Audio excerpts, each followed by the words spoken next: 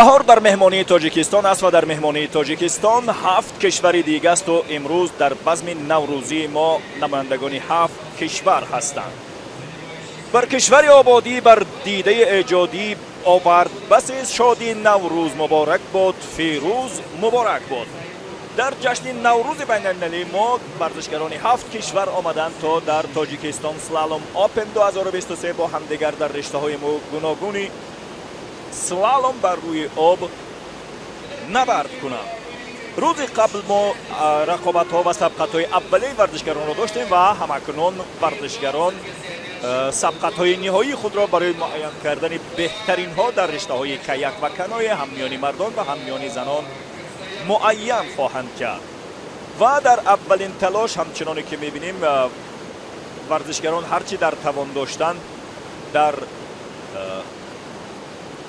این رشته پیشکش مخلصان گردانیدند و همکنون در رشته کیک بانوان می‌بینیم که ورزشکاران با چی نتیجه های دیگر دست می‌یابند. درست‌ترش را بگوییم امروز غالبان این سبقت معین خواهند شد و منطقه خوشاب و هوا بسیار زیبا منظری ورزاب است که دل بسیاری ها را به خود جلب کرده است و حالا ورزشگران هم به این زیبایی و به این حسن و تراوت بهارانه این منطقه هم آشنا شدند و هم در اینجا میتوانند به مقام‌های افتخاری دست یابند. بانوان هستند در رشته کیک با هم دیگر یا قایقرانی با هم دیگر سبقت میکنند و همکنون بانوان در حرکت میباشند و یک ورزشگر بانوان نفری برتر و صاحب مقام‌های افتخاری را در امروزی از سبقت ها معین میکنند. اگر خطا نکنم برای طوله و دریا است که در اینجا به سبقت میپردازد و آب شوخ و شک دریای ورزاب رو بینید که چگونه کار این بانوان را مشکل میسازد. ماریا ساکالووا از ولایت تیومن فدراسیون روسیه است، بانویی که سال 2004 و در روز قبلی علاقه از خود مهارت خوب نشان داده است و با این جاده‌ای که در دریای ورزاب ساخته شده است این گونه سرازیر شد و دوباره باز به خود میاد و این چیز هم در خود سلالوم کیک زنانه نام دارد، یعنی چرخش تمساحی به آن میگویند به زبانی خودی ورزشکاران این رشته که تمساح معمولا در یا کراکودیل اگر هم گوییم در داخل آب این گونه چرخش دارد. ورزشکار دیگر کشور روسیه سویتلانا تریتیاکووا نیز به همان منطقه دشوارگذر آمد و جایی که چند لحظه پیش ماریا ساکالووا یک چرخش تمساحی یا یک غوطه‌زنی تمساحی اینجا انجام داد و بینید که منطقه دشوار است. هر کدام از بانوان اینجا با مشکل روبرو میشوند و اونجا دیدیم که طولای و دریا از شهر مسکو علاقه از خط نهایی عبور کرد. در ادامه با هم می‌بینیم تریتیاکووا سویتلانا هنرنمایی میکند. شما جریان آب را ببینید چگونه سخت است و یک از مانعه‌های سرخ و سبز عبور میکند. شاید بعضی‌ها به تازگی به این رشته ورزشی توجه کرده باشند. باید یک بار دیگر قید نماییم که تاجیکستان سلالوم اوپن 2023 این همان سلالوم زمستانه است که این شکل تابستانه اش می باشد. البته در فصل بهاریم و تا جایی میدانم همین مسابقه بین المللی تاجیکستان سلالوم اوپن آغازگری همه گونه مسابقه است و دیدیم که اینجا این بانوی با تجربه روس تریتیاکووا سویتلانا یک دروازه را از دست داد یا یک مانع را بدون عبور سپری کرد و مطمئناً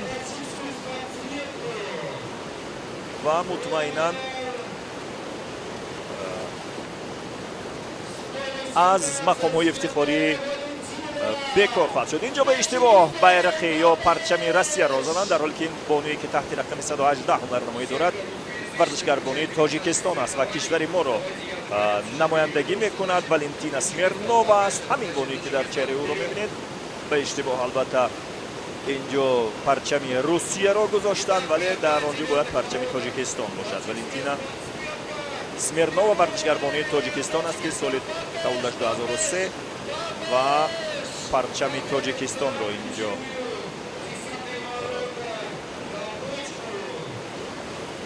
ҳифз мекунад. вале брюхенова лилия бошад, аллакай ин варзишгари вилояти красноярский ё минтақаи красноярский Россия аст ва бони бо таҷриба мешавад. намояндаи тоҷикистонро бо ҳам бибинем ки аз дарвозаҳо чӣ гуна убур мекунад. дидем ки чанд лаҳза пеш яке аз варзишгарони бо таҷриба ва бо собиқаи варзишгарбонвони рус дар ҳамин минтақа сарозер шуд ва аз яке аз дарвозаҳо дақиқан мегӯем аз монеаи даҳум бидуни убур кардан гузашт ва аллакай 50 сония онҷо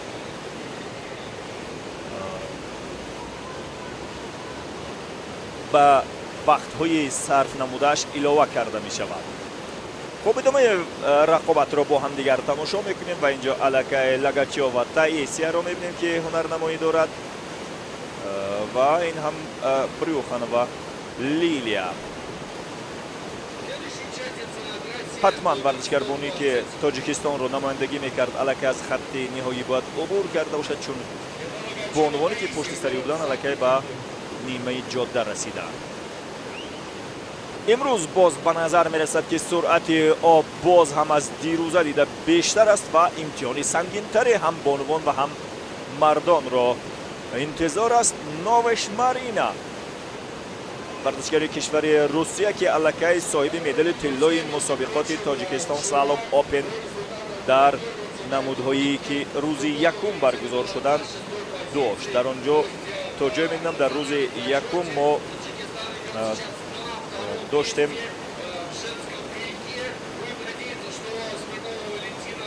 каяк ва ҳам миёни занон ва ҳам миёни мардон экстрим доштем ё кросс каяк буд гӯем ҳам мешавад номи он гуна сабқатҳоро. сабқатҳо бештар намоишӣ ҳастанд вале боз ҳам ҷоиза доштанд ва ҳамин Новеш Марина соҳиби ҷоиза шуда буд. Шайдурова Дарьяро мебинем ки инҷо боз ҳам намояндаи Федератсияи Россия аст аз шаҳри Санкт-Петербург. ӯ ҳам ҳунарро маҳорати худашро дар ин обҳои пурталотуми дарёи Варзоб санҷида истодааст. хуб, убур кард вале ба ҳар ҳол як бархурди кӯчака ки дошт. бинед чӣ гуна бояд эҳтиёт кард то бо дарвозаҳо ё монеаҳои гузошта бархурди сахтӣ надошта бошӣ. Шайдурова Дарья варзишгарбонии кишвари Федератсияи Россия гуфтем ва қабл аз ӯ ҳам Новеш Марина, ин нафаре ки аллакай соҳиби медали тиллои Тоҷикистон Опен Слалом дар риштаи каяки экстремалӣ ё пуршиддат ки дар кӯли ҷавонон баргузор шуд дошт. Мухгалиева Полина яке аз довталабони унвони ё унвон нест ё мақомҳои ифтихори ин мусобиқа аст. ба сабқат оғоз карда ҳаракат дорад, вале бинед чӣ гуна ҷараёни об сахт ӯро ҳам ба бозӣ гирифтааст. умедворем ки сарозер нахоҳад шуд, зеро воқеан ҳам вақти як варзишгари номдор ва бо таҷриба бо ин ҳама кӯшишу талошаш фурсати ғалабаро аз даст медиҳад, ҷои таассуф дорад.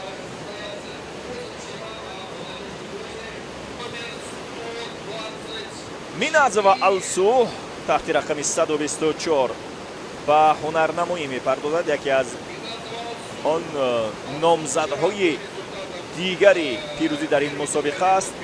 Миназова Алсу аллакай иштирокчии чемпионати ҷаҳон, чемпионатҳои Аврупо ва ҳатто бозиҳои олимпӣ дар Токио буда ҳунарнамоияш воқеан ҳам хуб аст. ин варзишгарбону аз кишвари аз ҷониби дастаи Москва то ҷое медонем дар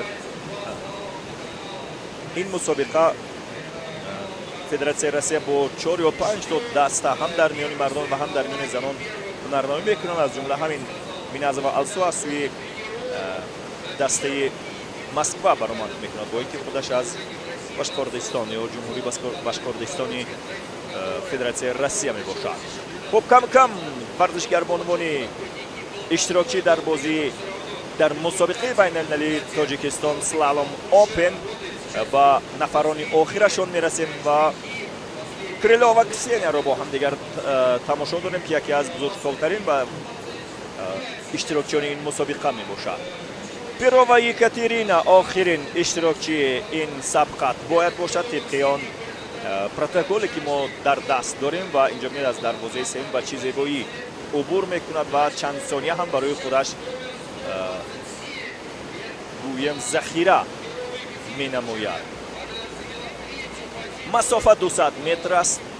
18 та монеа дурусттараш бигӯем дарвоза чун аз дохили он бояд убур кунад аз дарвоза мегузаранд. бинед чӣ гуна зебо аст дарвозаи сурху сафед чархид. фарқи дарвозаҳои сурх бо сабз дар ин аст ки дарвозаҳои сабзро ҳамин тавр мустақим метавонӣ аз дохилаш бо ҷараёни об бигирӣ, вале дарвозаҳои сурхро бояд аз канори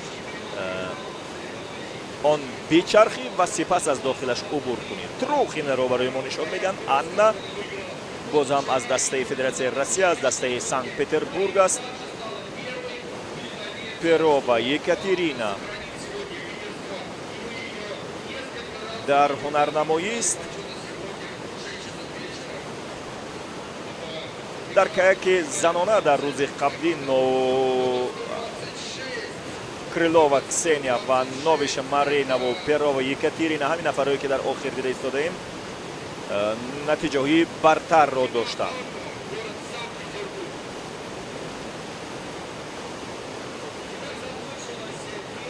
ҳамин перона дидем ки ҳоло натиҷаашонро барои мо нишон медиҳанд. инҷо беҳтарин натиҷаро Миназа ва Алсу, Лагачова Таисия ва Кириллова Ксения дақиқан бигирем агар ҳаминҳо чемпион ва ҷоизадорони ҳамин мусобиқа ҳастанд ба тартиб зинаи якум, дуюм, сеюм ва дар байни инҳо Валентина Смирноваи мо ҳам дар 10 гона ҷой гирифтааст.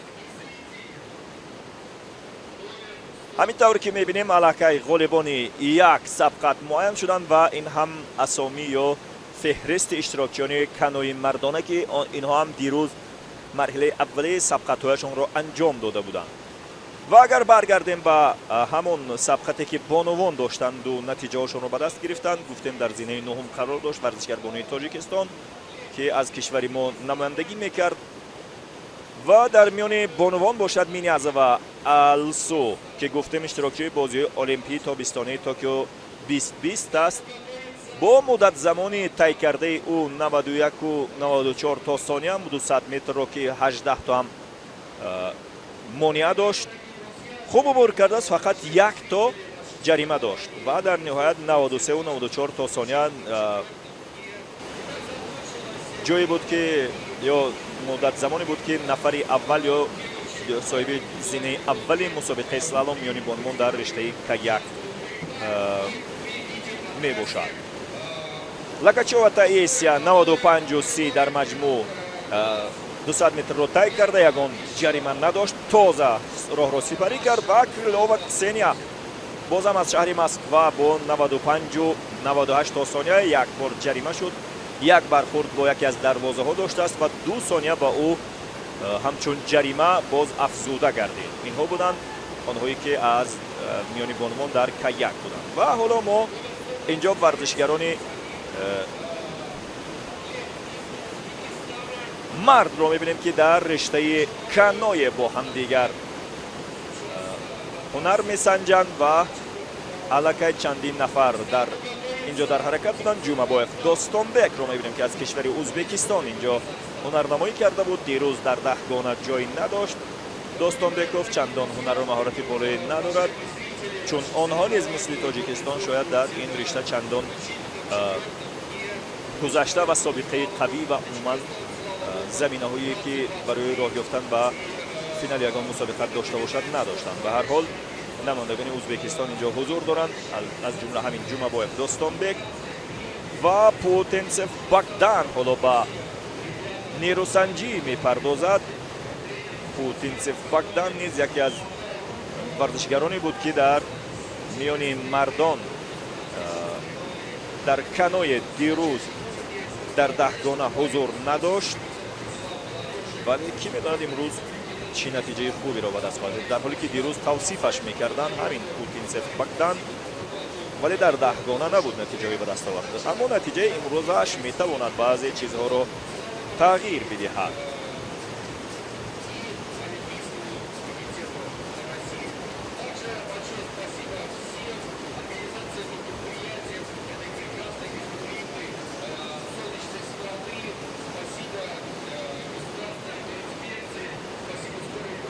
خب یک چیز رو باید قید نمویم که همیشه در هنگامین هم یک ورزشگر دیگری ازبکستان است، شهرزاد قربانعلیف، باز هم از کشور ازبکستان. بینید حتی با پرچم های خود همین کشور رنگامیزی شده است قیق این مرد. این رشته کنوی است. کنوی هم معنای این رو دارد که یک جانبه حرکت میکنند و نیمه نشسته خواهند بود در داخل قیق هایشان. بینید جریان آب چگونه این ورزشگر کشور ازبکستان رو نزدیک بود از یکی از دروازه ها محروم کند، ولی با تمام تلاش و نیرویش به پیش رفته ایستاده است تا از دروازه سرخ حتما بگذارد، چون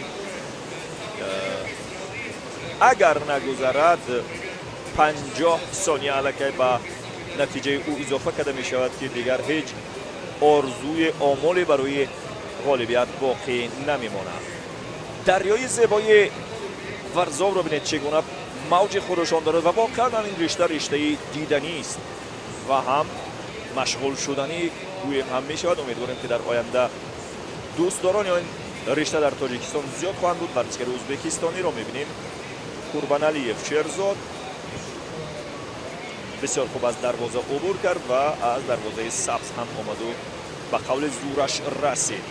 پوتنسف باگدان پشت سر او حرکت دارد و تورارف آتابک ورزشگر دیگری ازبک تبار در این مسابقه است. همکنون این سیومین ورزشگر ازبک است که در رشته کنوی اشتراک میکنند. همین تورارف آتابک او هم دیروز در 10 گانه جای نگرفته بود، ولی چه بسا امروز آن 10 گانه با یگان مشکل دوچار شوند یا یگان دروازه رو اگر پشت نگذشته سپری کنند آنگاه برای این ورزشگران هم فرصت فراهم خواهد آمد تا یگان مقامی را یا یگان جایگاهی را تا 5 گانه یا تا 10 گانه حفظ کنند. تورارف آتابک را دیدیم و اینجا هم کیتسوک پیاناتی از کشور شاهیگری تایلند است که به هنرنمایی پرداخت. سال تولدش 2002 است. از کشور تایلند هم در این مسابقه تعداد زیادی ورزشگران اشتراک داشتند، هم در میان بانوان و هم در میان مردان. به نظر می رسد از کدام دروازه عبور نکرده رفت. به هر حال باز داوران آنجا بهتر می دونند.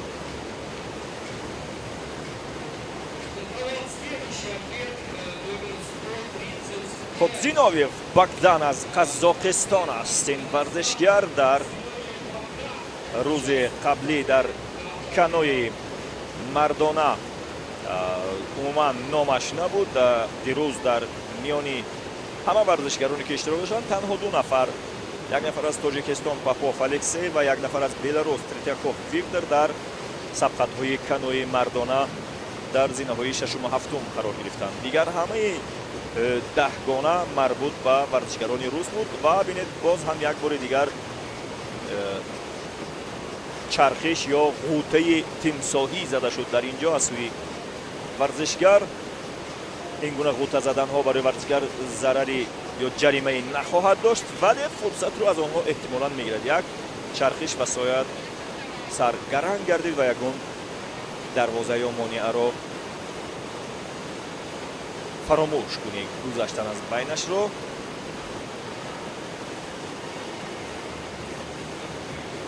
به هر حال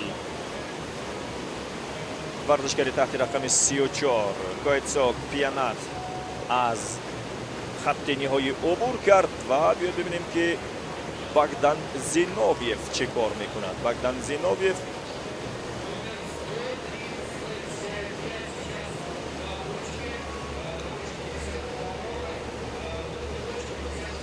در 10 گانه دیروز نیست.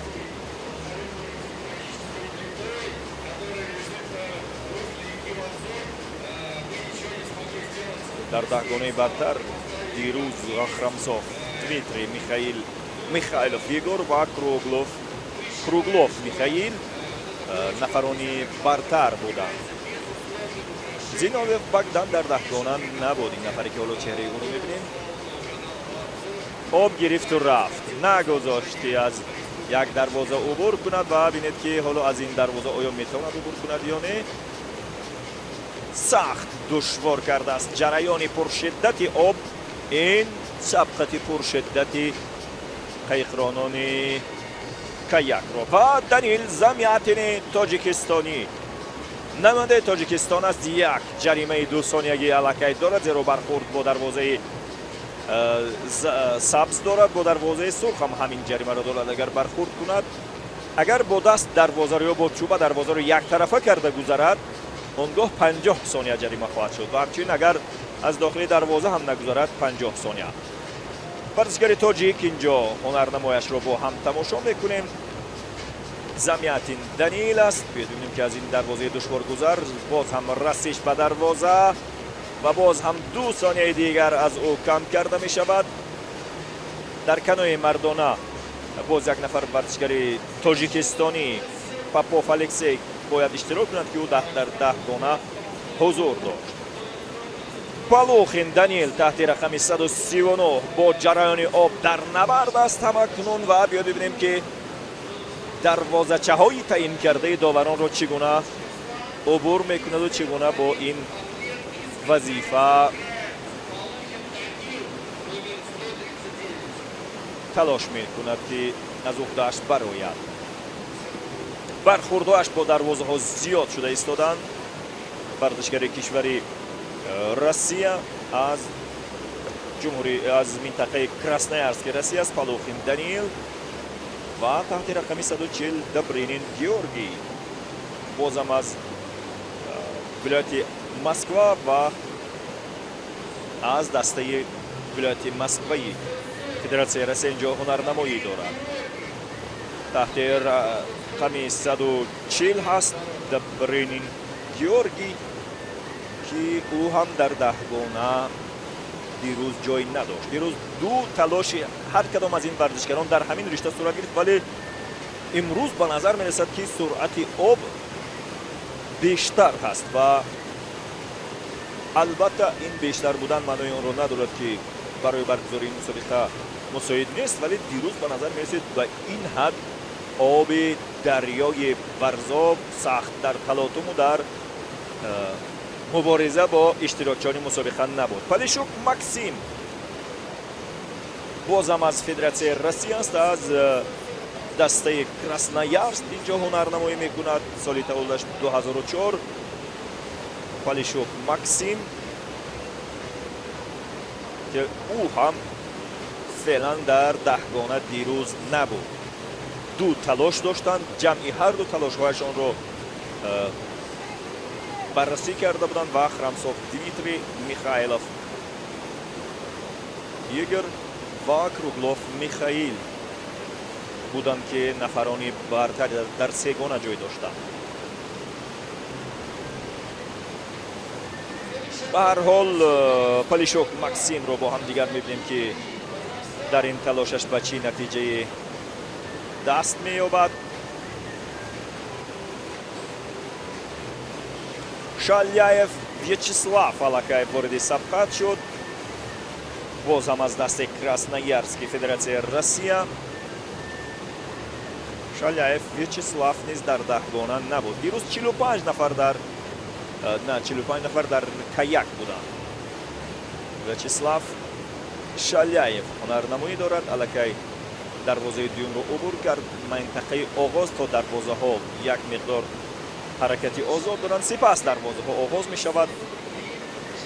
در مجموع در یک چنین ورزش حد اکثر 25 دروازه یا مانعه و حد اقل 18 تا میگذارند. اینجا باشد همون حد اقل یعنی 18 تا رو گذاشتن، زیرا تاجیکستان سلالم اوپن اولین بار است که در جمهوری ما برگزار می شود و اون هم در دایره تجلیل از نوروز بین المللی که نامش تاجیکی است. مکان مسابقه‌اش نیز تاجیکی گردیده است و دریاش هم تاجیکی و بسیار زیبا و پرجوش و خروش. شالیایف و ویچسلاف رو با هم دیدیم و اینجا یک نفر علاقه از نسکوف دمیتری احتمالاً عبور کرد از خط نهایی. شالیایف در این نیمه راه علاقه تسلیم می شود.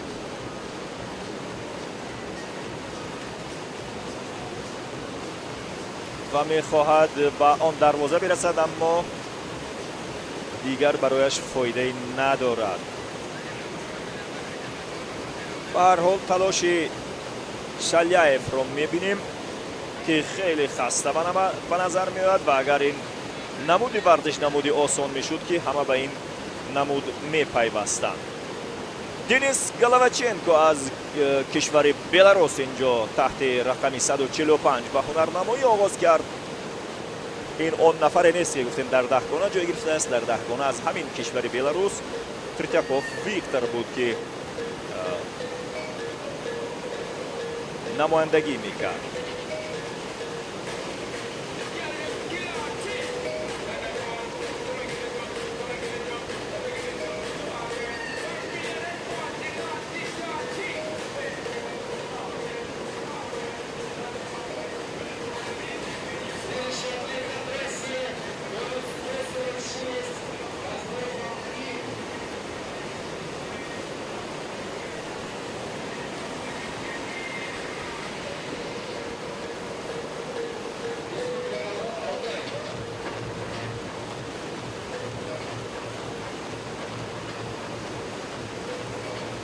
خب نمای از جای مسابقه بین المللی رو با هم دیگر تماشا داریم و ببینیم که ورزشگرانی کشورهای گوناگون چگونه کنوی رو پشت سر میکنند. این هم ورزشگر از کشوری فدراسیون روسیه است از جمهوری آلتای و نفر بعدی هم گریگوریف ایوان از سانت پتربورگ است. سال 2006 سالی تولدش یک برخورد با دروازه دوم داشت. گلاوچنکو دنیس رو برای ما نشان میدن و انا این غوطه زدن تمساحی هست. آب هم گرم نیست، مطمئن باشید آب دریای ورزاب خیلی سرد است در این حالت، ولی کوشش این ورزشگران هم برای حمایت از سردی و آب هست که آنها سرما نخورند و خود تلاش و کوششی که میکنند بدن رو گرم نگه میدارد و مال بدنی آنها آب رخنه نمیکنند. تریتیاک ویکتور از فدراسیون روسیه حالا به هنرنمایی پرداخت، در حالی که معذرت میخوام این ورزشگر در پروتکل های ما از فدراسیون روسیه نیست، از بلاروس هست. تریتیاک تحت رقم 148 او هنرنمایی دارد. ویکتور تریتیاک نفری که گفتیم دیروز در مسابقه هایی که مرحله اولیه بود دو تلاش داشتند، همین ورزشگری بلاروسی در دهگانه برتر قرار گرفت تحت رقم 148. فداسوف الکسی باشد. این دقیقاً دیگر ورزشگری روس است از شهر خودی مسکو، از پایتخت فدراسیون روسیه در پایتخت شهر دوشنبه یا در کنار پایتخت شهر دوشنبه به هنرنمایی پرداخته ایستاده است. همین نفری که او رو میبینیم فداسوف الکسی، او رو هم در دهگانه دیروزه نمیبینیم. البته اونجا 40 نفر ورزشگران با هم نیرو سنجیدند، ولی فداسوف رو در دهگانه برتر که من اینجا فهرستشان رو دارم ندیدید.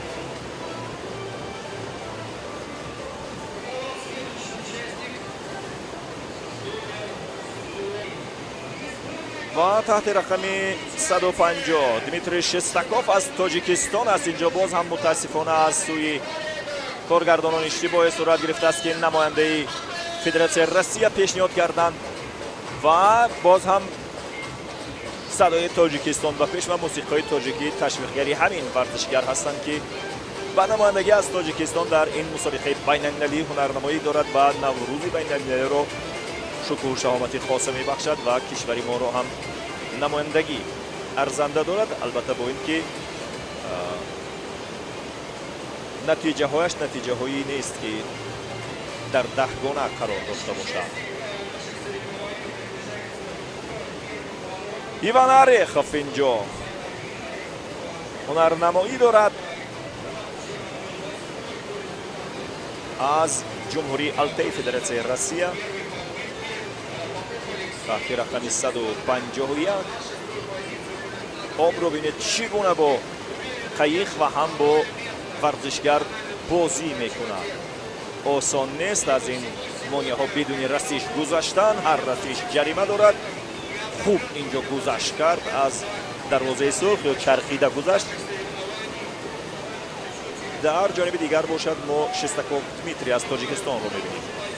کیریل گوبریف از فدراسیون روسیه با هنرنمایی آغاز کرد.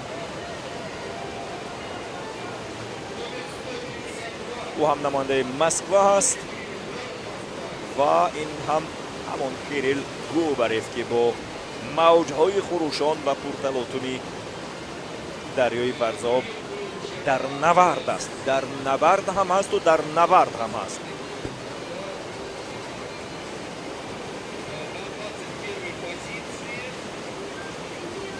ایوان آرخوف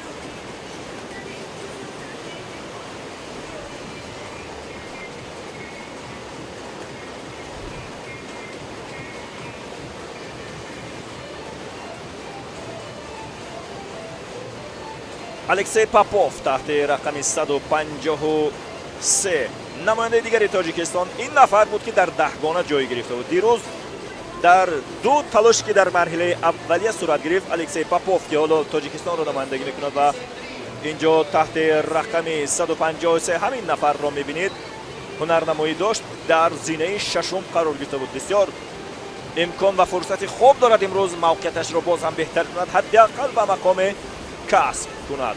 بیا با هم ببینیم که این ورزشگر تا کجا پیش خواهد رفت. تا اینجا موفق عمل کرده است، بسیار خوب از دروازه سرخ عبور میکند، ولی متاسفانه برای ما گلب کریوکوف از فدراسیون روسیه را نشان میدن که حالا با هنرنمایی آغاز کرده. ای کاش کارگردانان پاپوف الکسی نماینده تاجیکستان را تا به آخر میبردند و سپس بعد دیگر ورزشگران میپرداختند، چون واقعا هم ورزشگری است که نمایندگی کشور ما یعنی تاجیکستان را کرده است. الکسی پاپوف و الکی دیروز همین نفر هست. و برگشتن کارگردانان و به دروازه 16 نزدیک می شود. دو دروازه سرخ را باید سپری کند الکسی پاپوف. بله و آن هم آخرین دروازه دیگر سبز باقی می ماند. عبور خوب و بدون رسیش گذشت و امیدواریم که حداقل یکان مقام را کسب کند. و الکساندر خارلامتسف نفری که دیروز بهترین نتیجه را داشت، گوییم خطا نمیکنیم 89.40 تا ثانیه از همه مدت زمانی بهترین با همین خرامسوف دمیتری اختصاص یافته است. معذرت میخوام، این خرامسوف این خارلامتسف الکساندر است، ما اشتباه کردیم. و خارلامتسف در زینه چهارم بود الکساندر، ولی باز هم میگویم که برای مقام افتخاری بدون مشکل میتواند نیروسنجی کند، زیرا در زینه چهارم بودن و بعد برآمدن به زینه های یکم و دوم و سیوم در این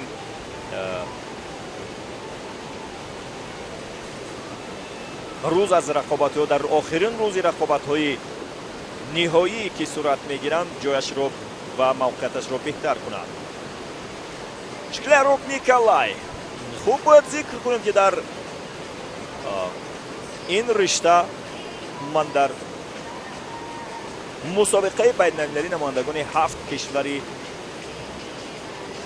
عالم در اولین مسابقه بین‌المللی سلالوم تاجیکستان اوپن اشتراک کردند، از جمله از تاجیکستان، فدراسیون روسیه، هندوستان، شاهیگری تایلند، بلاروس، قزاقستان و یک کشور دیگر.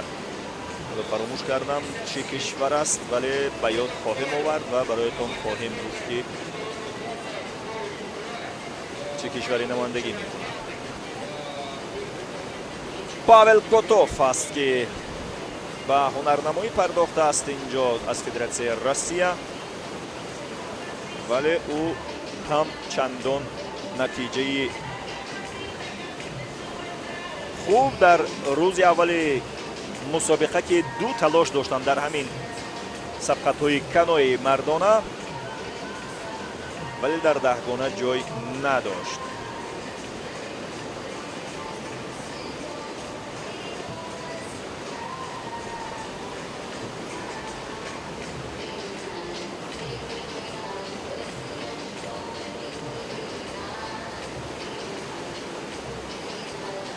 برای ما ورزشگر از کشور روسیه شکلاروک نیکولای رو نشان میدن و این کروگلوف میخائیل چمپیون فعلی فدراسیون روسیه رو برای ما نشان میدن. کروگلوف میخائیل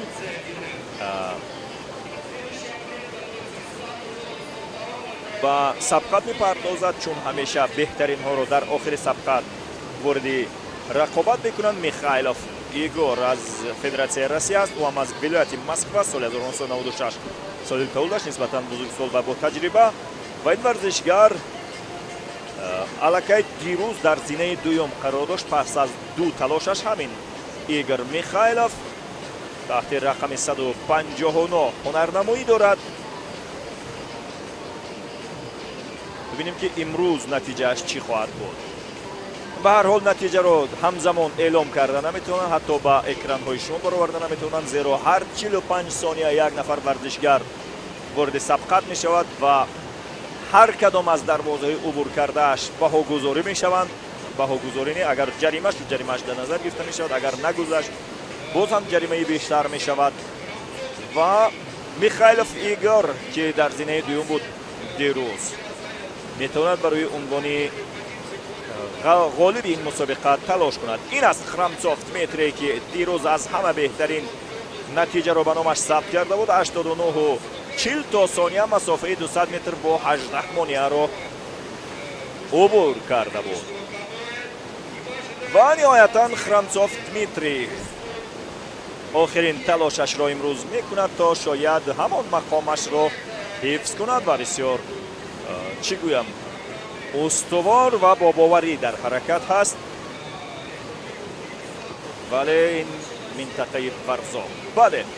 و هم اکنون برای ما یک بار دیگر نتیجه های امروز را پیشنهاد میکنند. میخائیلوف ایگور، خرمسوف دمیتری و کروگلوف میخائیل به ترتیب زینه های یکم، دوم و سوم کانوی مردانه تاجیکستان سلالم اوپن 2023 را به خود اختصاص میدهند. الکسی پاپوف در پنجگانه قرار میگیرد از تاجیکستان و یک نفر هم از کشور خطا نکنم اگر بلاروس بود در 10 گانه جای گرفت. به هر حال زینه ششم برای ورزشگری که تاجیکستان را نمایندگی کرد بسیار قابل ستایش است، زیرا در برابر این همه ورزشگران با تجربه و هیئت منتخبی روسیه که یکی از منتخب‌های قوی در جهان هست این گونه هنرنمایی کردند و با زینه ششم دست یافتند. مبارک باشد بر نماینده تاجیکستان الکسی پاپوف هم و دیروز هم در همین زینه قرار داشت اگر خطا نکنم و نهایتا همین زینه را حفظ کرد برای خودش. و همینطور باز آغاز میگردد یک سبقت دیگر میان مردان. این سبقت نمودی کایاک میان مردان هست و همکنون اولین شده به نیروسنجی ورزشگری کشوری ازبکستان پرداخته ایستاده است. ما توجه نکردیم که به قول این مرد بزرگ کی بود. به هر حال حالا پیدا خواهیم کرد و برایتان خواهیم گفت که در کایاک مردوف نسکوف دمیتری از فدراسیون روسیه به حرکت در آمد. تحت رقم 162 اولین نفری که حرکت کرده بود تحت رقم 161 سایدولایف سمندر از ازبکستان دسته ازبکستان هنرنمایی داشت و این هم نسکوف دمیتری نمود باشد کایاکی مردانه است. باید برایتان بگویم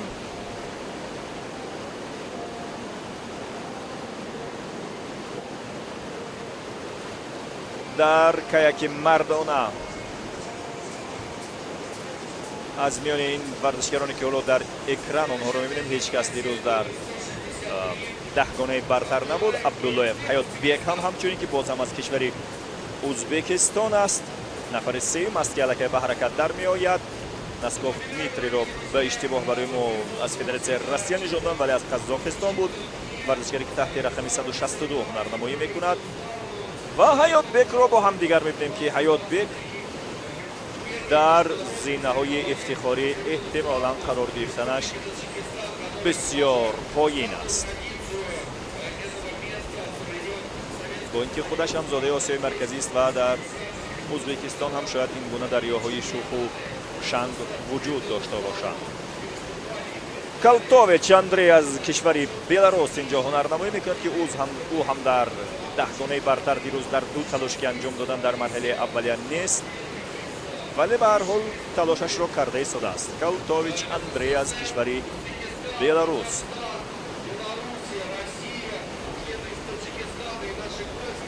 بله، حالا در یادم اومد دسته ای که هفتمین دسته اشتراکی در این مسابقه بود دسته هندوستان است. معذرت میخوام، چند لحظه پیش ما فراموش کردیم 7 کشور را نام بردیم، فقط هندوستان باقی مانده بود. همچنان برای ما نماینده کشور بلاروس را نشان میدن کالتوویچ اندری را، ولی همکنون منجید جانیاووت از شاهیگری تایلند بسیار پرسرعت حرکت کرده ایستاده است، ولی نتیجهش دیروز در زینه‌های پایانی یعنی 10 گانه آخر بود. از میانی 45 اشتراکچی همین ورزشگر از شاهیگری تایلند است تحت رقم 165.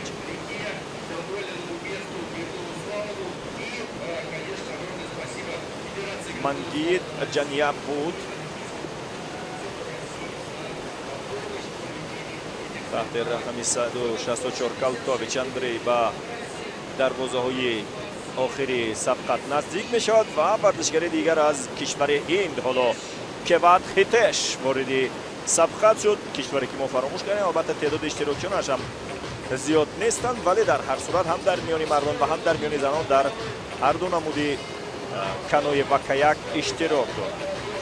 خب دیدیم که منجید جانیاووت با مشکلی از دروازه عبور میکند. در این کشور هم چندان رشد کرده نیست.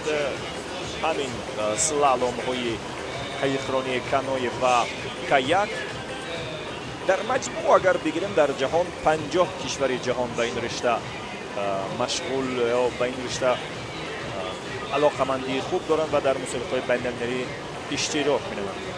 متاسفانه بولتابویف شهاب‌الدین ازبک را اینجا بیرق اشتباه زدن و بولتابویف هم از کشور ازبکستان هست.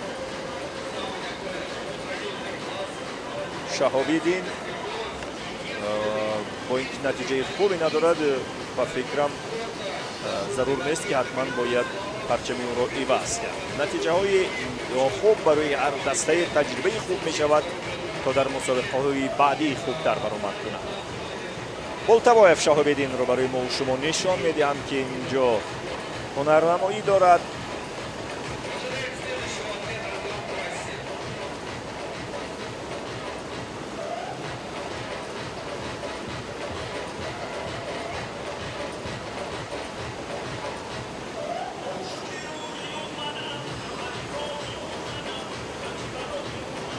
بولتابویف شهاب‌الدین از همسایه کشور ما در جشن نوروزی بین المللی که جشن مشترکی ما هم هست، ولی در هر صورت نام این جشن نوروز است. نمیدونم به زبان ازبکی نوروز چگونه باید گفته شد. نوروز میگن ولی نه، خود روزی نوروز چگونه نوروز میگویند اینش برای ما معماست. ولی به هر حال لاپیکوف دانیلا تحت رقم 169 از سنت پتربورگ از دسته سنت پتربورگی روسیه وارد سبقت گردید. الکی با یک دروازه برخورد لاپیکوف دانیلا در عبور از دروازه های سرخ. واقعا هم ورزشگران روس هنر و مهارتی بالایی نشان میدن که در این رشته عموما نمیشود به هیچ چیز اعتنا کرد، چون واقعا هم یک رشته هست که حتی بهترین ورزشگری عالم را نیز آب میتواند سرخوش و سرگردانش کند. همچنان که آب حیات بخش و احیاگر هست، آب در صورت سیل روان شدنش میتواند ویرانگر نیز گردد. نظیروف کریم جان از کشور ازبکستان به سبقت آغاز کرد و بینید که در آغاز سرعتی بلند داشت، ولی تا دروازه ها آغاز میشوند کار مشکل تر و مشکل تر می شود. او هم از دروازه سرخ بسیار خوب چرخید و عبور کرد. از این دروازه گذشتنش شرط نبود، ولی به هر حال گذشت. از این معذرت می‌خوام، از این دروازه باید عبور نمی‌کرد در اول، چون تحت رقم 13 هست، در حالی که در قد راهش قرار گرفته است. бечора Назиров Каримҷон сахт хаста ба назар менамояд, вале Лапиков Данилро чӣ гуна рӯи об ҳаракат бард, чун воқеан ҳам дирӯз ҳам қайд кардем ки варзишгарони рус аз омодагӣ аз кишвари Амирати Муттаҳидаи Араб омаданд. Намоядаи Қазоқистонро бо ҳам дигар мебинем. Инҷо таҳти рақами 171 Рязанов Нестор ҳунарнамоӣ мекунад аз кишвари Қазоқистон. ҳам инҷо 3-4 нафар варзишгарони бо таҷриба ҳузур доранд, вале мутаассифона дар даҳгонаи бартар набуданд. бо ин ки аз Тоҷикистон аллакай як нафар зинаи шашумро дорем. хеле ҷавон аст Рязанов Нестор, соли таваллудаш соли 2009, вале то ҷои ман медонистам дар оинномаи ин мусобиқа танҳо онҳое роҳ дода мешаванд ки соли таваллудашон то 2008 аст. вале ин Несторофи қазоқ инҷо ба ҳар ҳол дар ҳайати дастаашон, чун ҷашни наврӯзӣ асту мусобиқа ба муносибати наврӯз аст, ин писараки ҷавонро низ ҳатман роҳ доданд то ҳунару маҳорати худашро бисанҷад. Рязанов Нестор аст ин писараки ҷавон, воқеан ҳам ҷавон аст. агар 2009 соли таваллудаш бошад, ҳудуди 14 сола аст. ё ин ки дар худи протоколҳои мусобиқа иштибоҳ карданд соли таваллуди ӯро, вале на, ба назар намерасад иштибоҳ кардан, чун чеҳрааш ҳам бисёр ҷавон аст. ба ҳар ҳол хуб ҳаракат дорад. маълум аст ки варзишгари варзида ва тавоност. ҳамчунон мо Рязанов Нестор аз Қазоқистон, ҷавон писараки қазоқро мушоҳида мекунем ки то инҷо хуб пеш омад. ягон бархурд надорад. инҷо талотум метавонад ҳар варзишгареро як бор чапагардон кунад ё ғута задани тимсоҳиро барояшон як бор хотиррасон намояд. аз ҳамаи дарвозаҳо хуб убур карда истодааст. фақат шояд муддат замони ба даст овардааш чандон хуб набуд ки аллакай дар Коэцук Пиянат аз шоигари Таиланд аст. инҷо ба ҳунарнамоӣ мепардозад. варзишгарони тайландӣ ҳам дар даҳгона аз он ҳама теъдоде ки иштирок карданд ворид нагардиданд, дар зинаҳои даҳгонаи охир ҳастанд. ба ҳар ҳол Пиянат талошашро хоҳад кард. Коэцук Пиянат аз шоигари Таиланд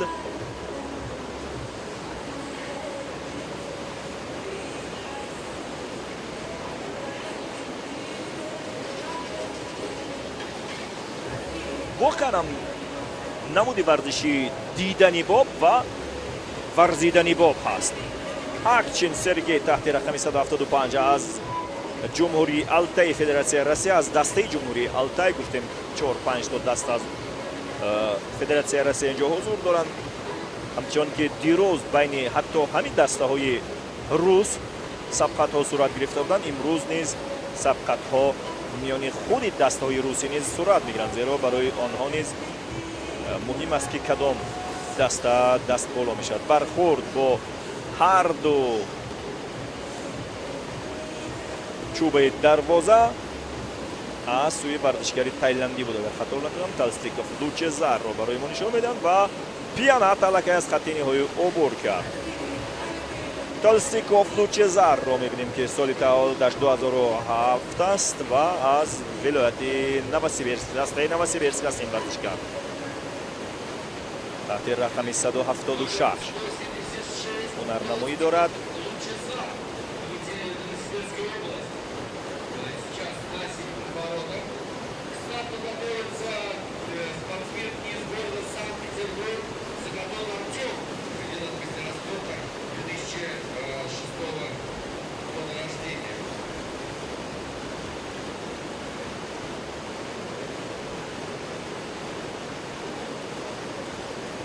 инам варзишгар Сокотон Артем аз дастаи Санкт-Петербург аст. ҷавон аст. ӯ ҳам аксаран ҷавонон аз Федератсияи Россия омаданд инҷо ва аксаран дар ҳайати мунтахаб ҳастанд, чун در غیر این صورت اونها رو برای تمرین های دست جمعی و امارات متحده عرب نمیبرند و بدونید در امارات متحده عرب اگر این گونه دریاچه‌های زیبا و شوق و پرتلاطم و پرخروش نباشند و آنجا نوروز و این شوق و شهامت نباشد، همه چی مصنوعی ساخته میشد و پل‌های بسیار کلان و گران.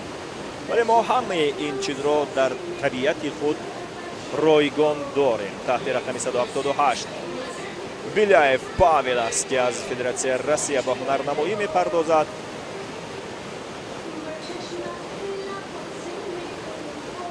از ولایت سوردلوفسک، از دسته سوردلوفسک است بیلیایف پاول. تا ببینیم که چگونه منطقه رو عبور خواهد کرد.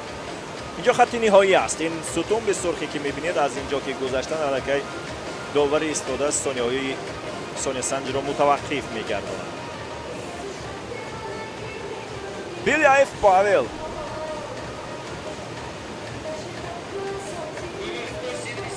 تحت رقم 179 لوکیانوف کنستانتین از سنت پتربورگ، از دسته سنت پتربورگ فدراسیون روسیه.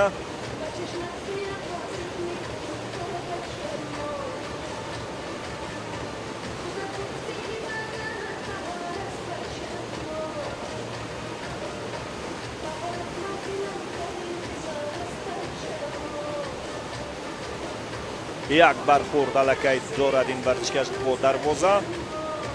لوکیانوف کنستانتین 2 ثانیه جریمه گردید علاقه و تحت رقم 180 اسیپوف دانیل از ولایت تیومن فدراسیون روسیه است و در دسته تیومن اینجا هنرنمایی میکند.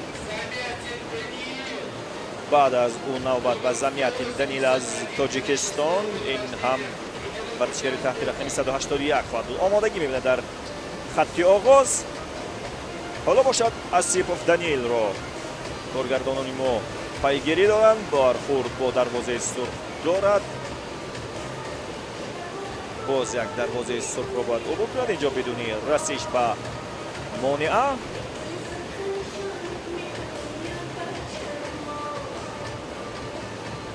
و نهایتا نماینده تاجیکستان را زمیاتین دانیل را میبینیم که علاقه وارد سبقت شده است و دروازه دوم را عبور کرد. دروازه سوم را باید چرخ بزند و صدای برنده میدان هم تاجیکستان به پیش. شعار معروف و مشهور در تاجیکستان است که امیدواریم در آینده این رشته ورزشی را به پیش خواهد برد. به دروازه ششم میرسد دانیل زمیاتین که متاسفانه در سبقت‌های کایاک دیروز در 10 جایی نداشت. ولی به هر حال فرصت دارد امروز نتیجه خودش رو بهتر کند و رکورد خودش رو بهتر کند. کوچنکا دانیل است از فدراسیون روسیه، باز هم از دسته سوردلوفسک یا از ولایت سوردلوفسک است. کوچنکا دانیل قایق‌هایی که می‌بینید اساساً وزن 8 کیلوگرم دارند. همچنان زمیاتین دانیل نماینده تاجیکستان رو با هم دیگر مشاهده می‌کنیم که از یکی از منطقه‌های مشکل عبور کرد. همین دروازه 12 و 13 واقعاً هم مشکل است. باید اشتباه هم کرد دانیل زمیاتین، زیرا نزدیک بود یک دروازه رو از دست بیدد. ولی بینید زور زده به خول به سمت اون دروازه حرکت داشت. کرتاکوف آرتیوم از جمهوری التای فدراسیون روسیه رو با هم دیگر میبینیم که هنرنمایی میکند. کوچنکا دانیل هم به سختی به سمت دروازه سرخ که بعد از داخل آن عبور کند حرکت میکند. 13 دروازه را علاقه پشت سر گذاشت و 5 دروازه دیگر من. صدای آب دریای ورزاب واقعا هم شنیدنی است و نبرد در داخل آن برای این ورزشکاران حتما یک مخول ادرنالین بسیار بالای در خونشون ایجاد خواهد کرد. و تحت رقم 184 چورین آناتولی از دسته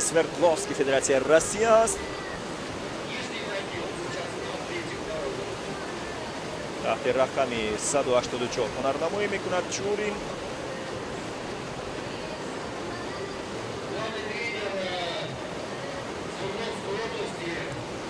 پس از گذشت بینید چقدر سال، اولین بار در اینجا سال 1970 مشق و تمرین‌های هیئت منتخب فدراسیون اتحاد شوروی سابق برگزار شده بود و پس از گذشت چند سال دوباره یک مسابقه بین المللی را میزبانی میکند دریای ورزاب. با گذشت این همه سال البته تا انجام فروپاشی اتحاد شوروی اینجا مرکزی یا موقع منطقه برای مشق هیئت منتخب و عموما دسته‌های گوناگون فدراسیون گوناگون اتحاد شوروی بودند که مشق و تمرین میکنند. شستاکوف دمیتری بازم نماینده تاجیکستان است تحت رقم 185 و هنرنمایی میپردازد. سال 2003 است و ببینیم که شستاکوف دمیتری چگونه از این دروازه بسیار زیبا عبور کرد. مهم برخورد با دروازه نداشت و حالا اینجا از دروازه سبز هم گذشت. متاسفانه دبرینین گیارگی را برای ما نشان میدن، در حالی که به عنوان کشوری میزبان میتوانستند ورزشگری تاجیک را از اول یا ورزشگری تاجیکستانی رو بگیم بهتر از اول تا به آخر پیشکشی ما میکنن. ولی همین ورزشگری تاجیکستانی است. دمیتری شستاکوف 15مین دروازه رو گذشت. شکوه ما رو شاید کارشناسان کارگردانان شنیدن و همکنون بینید که برگشتن به دمیتری شستاکوف تاجیکستانی. نه این ورزشگری قبلی بود. دمیتری شستاکوف معلقه بعد از خط نهایی عبور کرده باشد و خروشف دانیل از فدراسیون روسیه و این سبقت هم تقریبا با نتیجه با سبقت های آخرین هم راه رسید و خروشف دانیل با اینکه در دهگانه بهتر میانی مردان در رشته کایاک در سلالوم تاجیکستان سلالوم اوپن نبود، ولی به هر حال اینجا همه ورزشکاران باز یک بار دیگر به نیل سنجی فرا گرفته می شوند. تا شاید کی میداند که در این روز چی رو خواهد داد با بهترین ها. برخوردی و خروشف دانیل با دروازه سرخ اگر اون رو یک طرفه کرده گذرد آنگاه 50 ثانیه جریمه خواهد شد. گلاجان سارتیوم هست. سال 2005 سال تولدش و از دسته سنت پتربورگ فدراسیون روسیه هنرنمایی دارد. او هم در دهگانه برتر در کایاک مردانه دیروز در دو تلاشی که انجام دادن حضور نداشت و امروز هنرنمایش را در کایاک مردانه همچنان ادامه داده ایستاده است. آخرین اشتراکچی است و الکی ما پس از چند غالبان این سبقت را میانی مردان خواهیم داشت. ما الکی غالبان میانی مردان در کنایه را داشتیم و حالا اندری مدویدیف هم را بیایید ببینیم که تا کجا می رود. متاسفانه آخرین نفر نبوده است، باز چند نفر دیگر هستند. اندری مدویدیف باز حدود 10 نفر دیگر هستند. گفتیم که در کایاک تعدادی از همه بیشترین بخصوص در میان مردان ورزشکاران در اولین مسابقه بین‌المللی تاجیکستان سلالوم اوپن اشتراک دارند که این سال این ابتکار را رئیس شهر دوشنبه محترم رستم امامعلی پیش گرفتند تا این مسابقه باشگاه در کشور ما برگزار شد و در جشن بین‌المللی ما واقعا هم باز مسابقه‌های بین‌المللی دیگر غیر از نمودهای معمولی که در تاجیکستان رایج هستند پشتین و خصوص باز ورزش‌های دیگر رو هم تمرین کردیم. سالی گذشته در همین ایام بود که به مناسبت نوروز بین‌المللی در شهر دوشنبه ما همچنین چمپیونات آسیا با دوچرخه سواری در شاهراه رو داشتیم که بسیار جالب بود، دیدنی برگزار شده بود و واقعا هم هر کاری هر آغاز دارد. هم سالی گذشته در سبقت‌های دوچرخه سواری چمپیونات آسیا که تعداد کشورها به مراتب البته بیشتر بود ما توانستیم یک مسابقه بسیار در سطح بلند رو پیشکش هم بینندگان داخلی و هم خارجی کنیم و تجربه خوبی برای خودمون کسب کنیم و آغازی خوبی بود و امیدواریم که انجامی خوب هم در ادامه خواهد داشت. و هم اکنون اولین مسابقه تاجیکستان سلالوم اوپن در قایقرانی رو یا قایقرانی سلالوم رو میبینیم که نمودی تابستانه سلالوم لیژرانی است اصلا بگیریم و باید برای اونهایی که نمیدونن قید نماییم که این رشته المپی است. اونهایی که میخوان در دل آرزوی قهرمانی المپی یا اشتراک در بازی المپی رو دارن میتونن به این رشته هم بپیوندن، زیرا با این امکانات با این شرایطی که در جمهوری ما فراهم است و این گونه که آبهای ما مشکلی و دشواری ایجاد میکنن برای ورزشکار، بهترین نفران ها میتوان در این دریاهای زیبا و پر جوش و خروش تاجیکستان تربیت کرد. بهترین ورزشکاران رو و به مسابقه بین المللی فرستاد و باز هم معرفیگری وطن و ملت کردند، چون واقعا هم در هر جای در هر کشوری دیگر تنها در دو وقت پرچم یک ملت برداشته می شود. زمانی که رئیس جمهور اون کشور حرکت و اون کشور رفته است و زمان دیگر زمانی که ورزشگری اون کشور در مسابقات بین‌المللی مقامی را کسب کند، پرچم آن ملت برداشته می شود. معرفیگران پرچم اگر یکی از جانبش پرزیدنت ها باشند و از جانب دیگرش همین ورزشگران می توانند باشند، بیهوده هم ما ورزشگران و معرفیگران ملت در همین تنظیم ورزش هم نام نمیدانیم. و تحت همین موسیقی تاجیکی کرنه سرنای که خاصی ایام نوروزی است و حکم بهار در کشور ما اینجا جاری است و آبهایش هم آبهای بهارانه است. این ورزشگاه تحت رقم 193 کامشکا ولادیمیر از ولایت سوردلوفسک علاقه به دروازه صحبت خورد و 2 ثانیه جریمه دارد. از دو دروازه سبز و خوبی عبور کرد کامشکا ولادیمیر. اینجا را هم بدون مشکل سپری کرد. اینجا اکثرا ورزشگران سرازیر می شوند یا سرگردان می شوند. ارتیوم ستالبوفسکی تحت رقم 194 بازم از دسته سنت پتربورگ و سبقت آغاز نمود.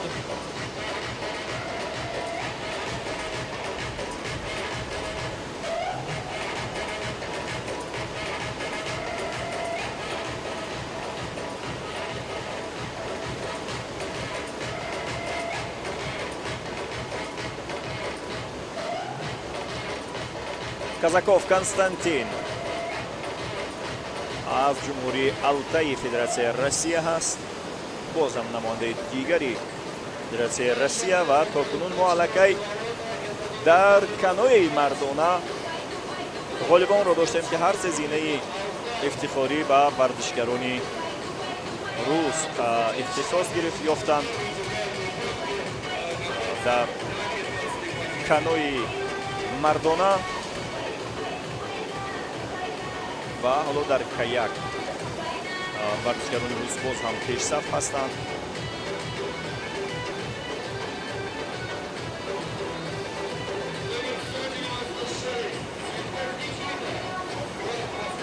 میخائیل فیگر، خرامتسوف دمیتری و کروگلوف میخائیل بودند که مدت زمانش رو اگر بگویم بینید میخائیل فیگر در اینجا غالب مسابقه گردید در کانوی که حالا ما در کایاک قرار داریم.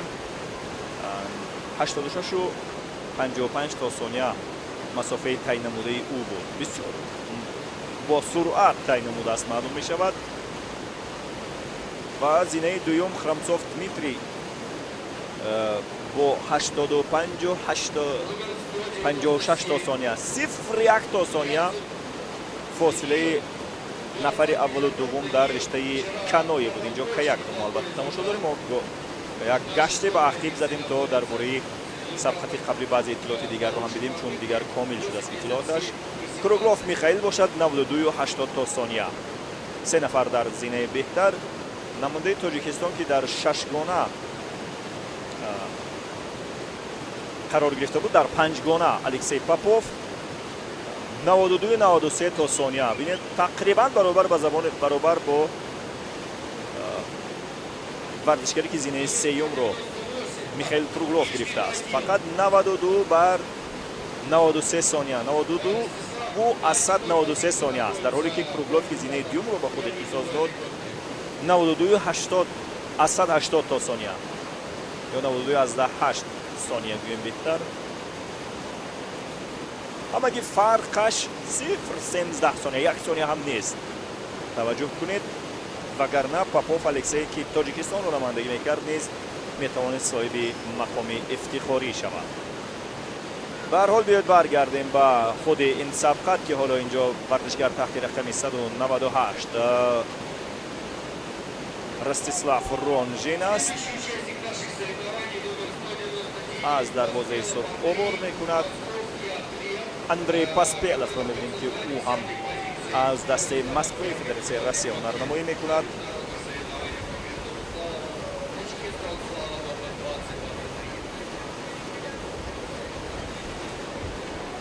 ва ҳамакнун метавонем гуфт ки теъдоди ками вардишгарон боқӣ монданд то мо ғолибон ва ҷоизадорони сабқатҳои каяки мардона,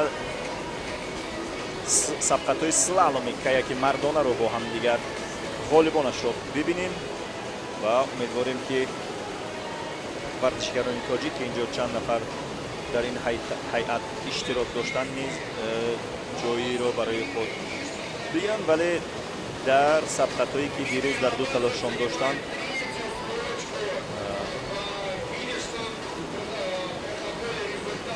бале Дмитрий Лабасов дирӯз сеюмин нишондодро дошт дар ду талоше ки анҷом дод.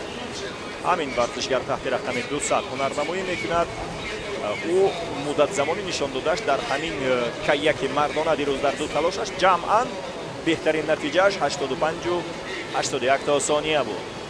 тақрибан 86 сония ҳамин масофаро тай кардааст ва имрӯз ҳам ҳамин вардишгаро барои мо нишон медиҳанд, чун аллакай аз худ маҳорати боло нишон дод. таҳти рақами 201 Егор Смирнов ки дирӯз дар даҳгона буд. Егор Смирнов ҳам таҳти рақами 201 ҳунарнамоӣ дорад. 89 дар 89 сония тай карда буд ин масофаро дар ҳамин риштаи каяк. албатта онҷо ду талош буд ва маъмулан аз ду талош беҳтаринашро мегиранд. аз дирӯза метавонист талоши якумаш масалан 100 сония бошад, вале талоши дуюмаш 98 сония аст. ҳамон талоши беҳтарашро мегиранд ва ҷамъбандӣ мекунанд. бо имрӯз агар имрӯз бозам беҳтар амал кард, натиҷааш беҳтар хоҳад шуд. ҳамин нафаре ки дар бораш суҳбат дорем, Смирнов Егор таҳти рақами 201 ҳунарнамоӣ дорад. Козлов Иван боз як вардишгари тавоной дар ин ришта, дар ин мусобиқаи байналмилалӣ. Иван Козлов дар зинаи панҷум дирӯз дар ду талошаш қарор дошт. 86-87 то сония, яъне 86-187 сония ҳам гӯем мешавад. дар зинаи панҷум қарор дошт. аз нафари қаблии худаш Майместов Сергей ҳамагӣ 0.3 сония фосилаи замонӣ дошт. ва кам-кам ба нафарони охир мерасем. Майместов бале Сергей ва Козлов Иван ду нафар дирӯз дар ҷадвал дар канори ҳам қарор доштанд. Майместов Иван дар зинаи чорум буд.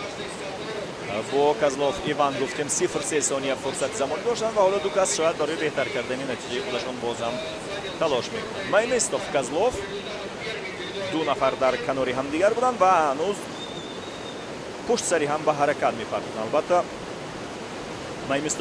Майместов Сергей ки ҳоло мо ӯро мебинем нисбатан бузургсолтар ва бо таҷрибатар ҳаст. аз Козлов Иван 6 сол бузургтар аст ва 6 сол таҷрибаи бештар дорад.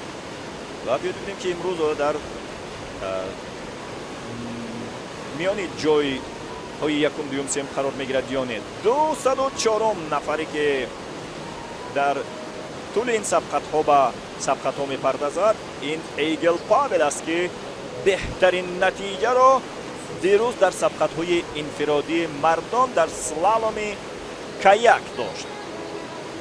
ایگل پاول 83 و 84 تا ثانیه یا 83 و 184 ثانیه مسافه 200 متر رو با 18 تا مانعه و یا 18 تا دروازه طی کرده بود. ایگل پاول همین نفر هست که ما او رو میبینیم و از همه ورزشکاری دیگر گوبنکا نیکیتا آخرین ورزشگر به سبقت میپردازد که دیروز پس از ایگل پاول در زینه دویم بود با فاصله زمانی تقریبا 1.5 ثانیگی. چون پاول ایگل اگر 83 و 84 تا ثانیه باشد، گوبنکا نیکیتا که حالا او رو میبینیم 85 بر 85 و 35 تا ثانیه همین مسافه رو طی کرده بود.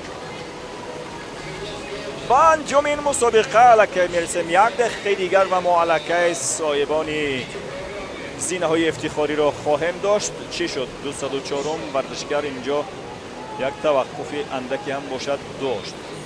گوبنکا نیکیتا فعلا در زینه دوم است و اینجا هم نتیجه هایی که برای ما نشان میدن. زیابلیسکی فیودور، مایمیستوف سرگی و گوبنکا نیکیتا زینه های یکم، دوم و سوم را به خود اختصاص میدهند و در 10 گانه همه ورزشکاران کشوری روسیه است.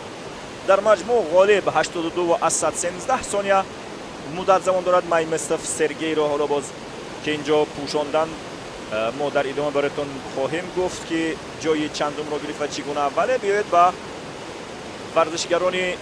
ورزشگر بانوانی که در رشته کانوی امروز مقام های افتخاری را بین هم تقسیم میکنن ببینیم. در روز اول اون ورزشگران نسبتا سستر را راه دادن که اکثرا ورزشگران دیگر کشور هستند، ولی میناز و السو که اشتراکچی بازی المپیا است از همه آخران اینجا هنرنمایی خواهد کرد، یعنی 21 نفر هستند کانوی زنانه. ولی ما برایتون کانوی مردانه رو حالا حتما خواهیم گفت که چه شد. چومکونگسونگ دیکاند از کشور تایلند یا از شاهیگری تایلند گویم هم می شود سبقت را آغاز بخشید. نفری اول بود.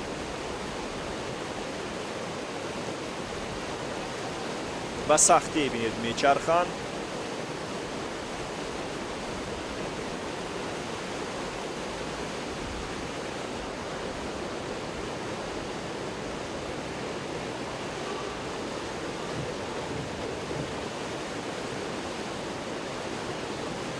هم مایمیستوف سرگی و هم گوبنکا نیکیتا دیروز از دیروزه نتیجهشون رو بهتر کردن و بینید زیابلیسکی فیودور، مایمیستوف سرگی و گوبنکا نیکیتا غالب سبقت های سلالومی کانوی کایاک مردان گردیدن و بیاید به سبقت بانوان برگردیم. به هر حال فرصتی کم برای ما کارگردانان دادن تا ما معرفی پره غالبانی سبقت ها را بکنیم. در هر صورت اینجا تحت رقمی 207 رو خینه ان در سبقت است. هر 45 ثانیه یک ورزشگر از خطی آغاز به حرکت در می آید و باز هم اشتباه کارگردانان ما که یدف احنا نماینده هند را به اشتباه نماینده فدراسیون روسیه پیشکش کردند.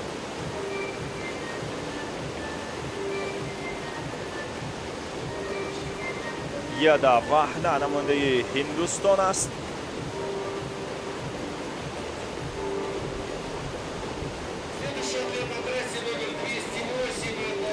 و با دروازه بسیار سخت برخورد میکند و به سختی تروخینم در حرکت هست. امروز واقعا هم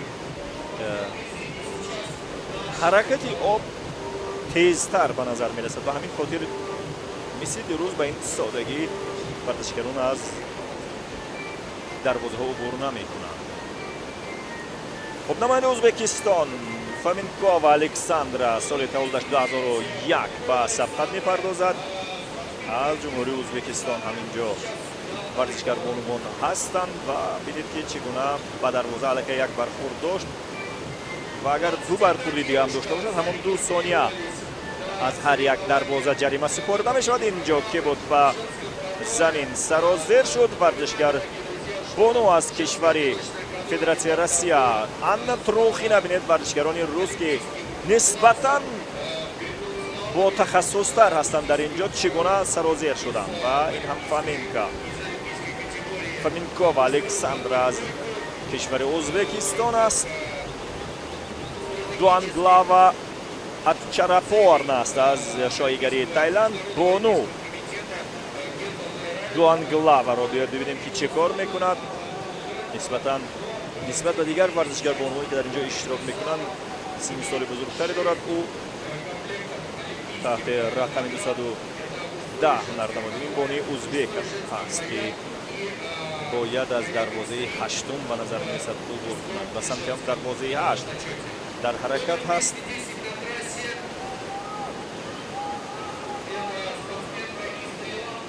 ва об ҳам ба ҳеҷ кас раҳм надорад. Фоменкова Александри ӯзбекистониро аллакай мавҷи дарё бо худ дар ҳаракат дорад ва бо мавҷи дарё мубориза бурдан чӣ қадар сахт аст. ва Ераскумова Лейла, ё ба забони тоҷикӣ гӯем Лайло, ин ҷо ҳунарнамоӣ дорад аз дастаи Санкт-Петербурги Россия. соли тавлидаш 2007. бонуи 16 сола аст. Лейла Ераскумова. Дуанглава ба ҳар ҳол ба рақобат идома дода истодааст, дар ҳоле ки дидем чанд лаҳза пеш ҳам Фоменкова ҳам Трухина дар ҳамин ҷоҳо мушкилоти зиёде доштанд. Ераскумова Лейла ё Лейло Бону гӯем ҳам мешавад. Тараданова Влада аз Қазоқистон ворид сабқат гардид. ҳамакнун намояндаи 3 кишвар 4 кишвар ба сабқат пардохтанд. аз кишварҳои Таиланд, Россия, Ҳинд, Ӯзбекистон ва Қазоқистон. инам варзишгарбонии шоҳигарии Таиланд. Дуанглава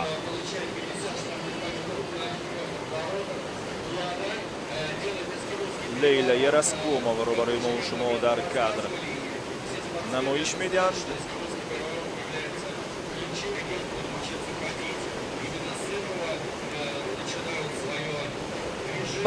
Баднариюк Маргаритаро барои мо пешкаш мекунанд. вартишгари кишвари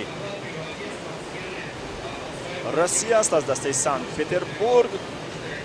ва Тараданова ба дарвозаҳо бармехӯрад. Тараданова Влада аз Қазоқистон. ин бону аллакай 2 сония ҷарима дорад. дар сабади ҷаримаҳояш гӯем Баркова Алина аст ин ҷо. Баднариюк нест мутаассифона. Баднариюк таҳти рақами 213 аллакай вориди сабқат шудааст. ин ҳам Влада аз Қазоқистон, бонуи қазоқ таҳти рақами 212 ба дарвозаи 12 расид. ин ҷо ҷарима гирифт ва касе он ҷо сарозер шуд. мутаассифона мо надидем. ва Тараданова Влада ҳамчунон бо дарвозаҳо расиш дорад.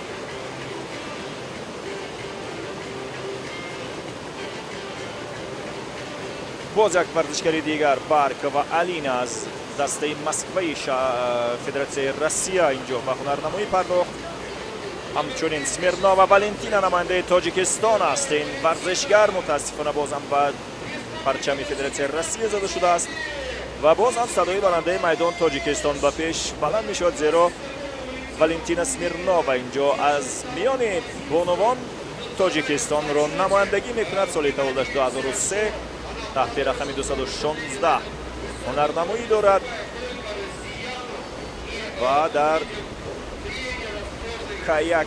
канои занона аст. мутаассифона иштибоҳ карданд коргардонон. вале нуқтаи ҷолиб ин аст ки аз миёни варзишгарони Тоҷикистон, чун ин бону рус аст, асосан русзабони Тоҷикистон, ӯ ҳам дирӯз мисли варзишгари дигари мо ки чанд лаҳза пеш мо дидем дар панҷгона қарор гирифт, дар 10 гона ҷой дошт. سمیرنووا والنتینا در زینه نهم بود با 127 و 25 تا ثانیه.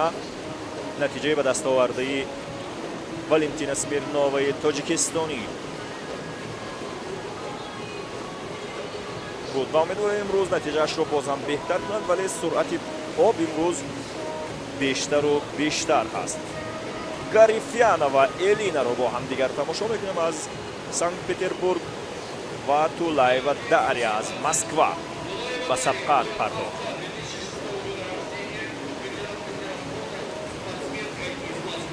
تولای و داریا به دروازه سیوم نزدیک می شود و این هم ورزشکار گرافینی و الینا و همچنین سمیرنووا والنتینا نماینده تاجیکستان است. تحت رقم 216 هنرنمایی می کند.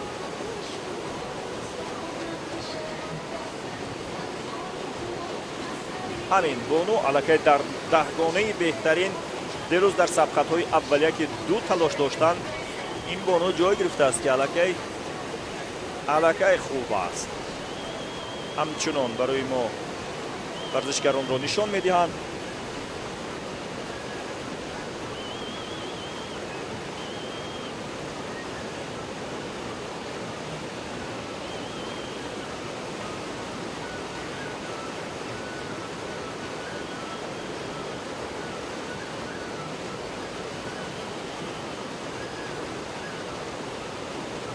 تحت رقم 217 گرافینا و الینا در حرکت می باشد و ببینیم که حرکت هایش به چی می انجامند.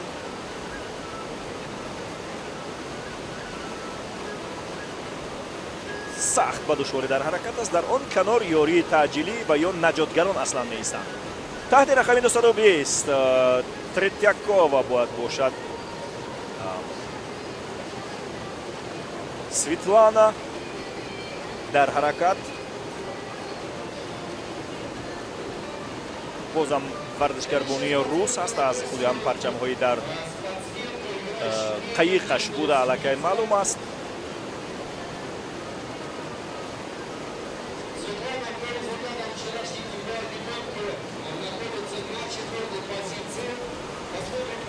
بله، سویتلانا تریتیاکووا دیروز در زینه چهارم قرار گرفت پس از دو تلاشش در سبقت‌های کانوی زنانه و نتیجهش بسیار خوب بود. 106 و 79 تا ثانیه. 106 و 79 تا ثانیه نتیجه تریتیاکووا سویتلانا بود که چند لحظه پیش همین نفری که حالا ما در اکران‌های خود می‌بینیم تحت رقم 220 در حرکت است.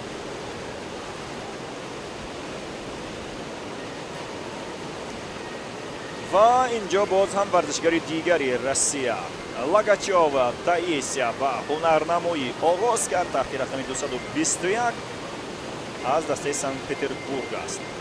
و این بانی که ما میبینیم تریتیاکووا سویتلانا دیروز در زینه چهارم از نظر نتیجه ها قرار داشت. ورزشکار بانی تحت رقم 221 باشد لاگاچووا در زینه سیوم جدول بود دیروز پس از مرحله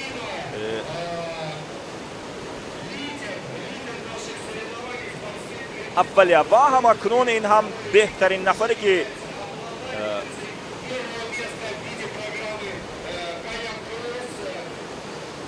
بله همچنان که گفتیم اولین نفری که در این مسابقه علاقه صاحبی عنوان چمپیونی یا غالب یا زینه اول هست همین نوش مارین است که توانست در سبقت های کراس کانوی کراس و کایاک اکستریم صاحب مدال طلای مسابقه بین‌المللی ما بگردد. همینطور نیکولای و یکاترینا رو بیاد با هم میبینیم که چه کار میکند.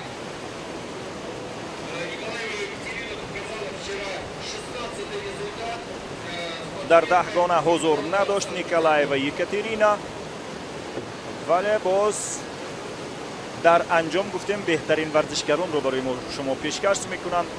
نوش مارین علاقه صاحب مدال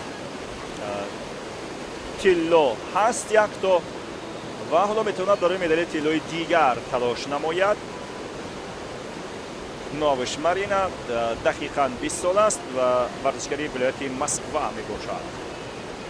مغگله و پالینا هم خوب بود ولی دیروز در فقط زینه دهم قرار گرفت، پیشتر از سمیرنووا و والنتینای تاجیکستان. مغگله و پالینا است. نتیجه دیروزش او را در زینه دهم جای داده بودند ولی ورزشگر بونو نیکولای و یکاترینا باشد عموما در دهگانه جای نداشت. تحت رقم 223 اینجا حالا هنرنمایی میکند. ورزشگر بونوی شهر سنت پتربورگ خیلی خسته است، احتمالا از خستگی از همون دیروز باقی مانده، چون دیروز دو تلاش داشتن و چقدر مشکل است با این رودخانه بسیار پرتلاطم مقاومت نشان دادن به این موج و به این جریان آب، ولی این ورزش همین گونه است. شایدور و داریا تحت رقم 225 به هنرنمایی میپردازد و سال تولدش 2000 است و مگه یک نفر دیگر میماند مینازه و السو پس از این بونو شایدور و داریا که نسبتا بزرگسال‌تر و با سابقه‌تر و عضو منتخب روسیه در بازی المپی توکیو 2020 بود. و همین از والسو همان اشتراکچی‌های بازی المپی را بیاید با هم ببینیم که چی هنر و مهارت نشان میدهد و چی نتیجه ای را به دست می‌آورد. دیروز در سبقت‌های اولیه که دو تلاش داشتند میناز و السو همین مسافه را در رشته کانوی در 94 و 87 ثانیه طی نموده غالبیت به دست آورده بود. و امروز بیاید ببینیم که زینه اول این سبقت به کی اختصاص می‌یابد. غالبان چند سبقت را ما داشتیم، همگی همین سبقت حالا باقی ماند که نتیجه اش را برای ما و شما بگویند. کانوی بانوان است و میناز و السو آخرین نفری بود که به نیروسنجی پرداخت تحت رقم همین 226 اشتراکچی بازی المپی و بیاید ببینیم که در نهایت نتیجه چی خواهد بود. کانوی بانوان جنبست میگردد با حرکت این بانو.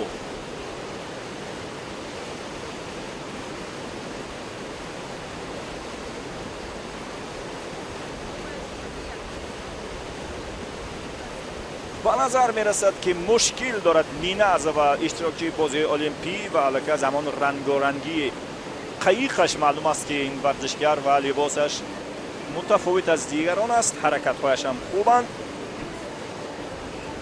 آخرین نفر هم از خط نهایی عبور کرد و حالا برای ما و شما پیشکش خواهند کرد نتیجه نهایی که امروز بانوان بله نوش مارینا دومین مدال طلایش را در این مسابقات بین‌المللی تاجیکستان سلالوم اوپن به دست می‌آورد به 99 و 76 ثانیه.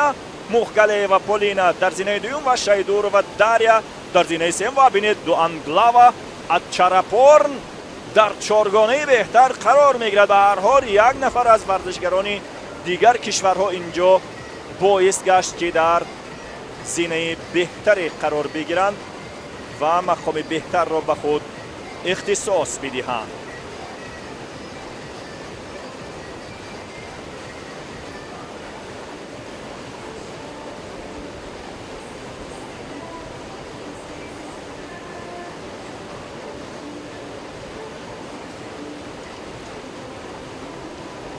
و همینطور چهارمین روز رقابت ها دو چهار نشانی این مسابقه صاحبان خود را پیدا کردند، از جمله در همین سبقت آخرین در میان بانوان در کانوی سلالم نوش مارینا دومین مدال طلایش را به دست آورد. مغگله و پالینا در زینه دوم، شایدور و داریا در زینه سوم و دور از همه انتظار ما دوانگلاوا اچاراپورتی تایلندی در زینه چهارم است و السو مینازاوا که اشتراکچی بازی های المپی تابستانه هست در زینه چهارم قرار گرفت. گفتیم که در این نوع ورزش نمیشود یگان چیز را پیش بینی کرد، زیرا السو مینازاوا 50 ثانیه جریمه شده است، از کدام دروازه نگذشته است و این هم لحظه های دیدنی دیگر برای ما و شما از سبقت های تاجیکستان سلالوم اوپن 2022 با مناسبت نوروزی که در بزم نوروزی ما از 7 کشور جهان اشتراک داشتند.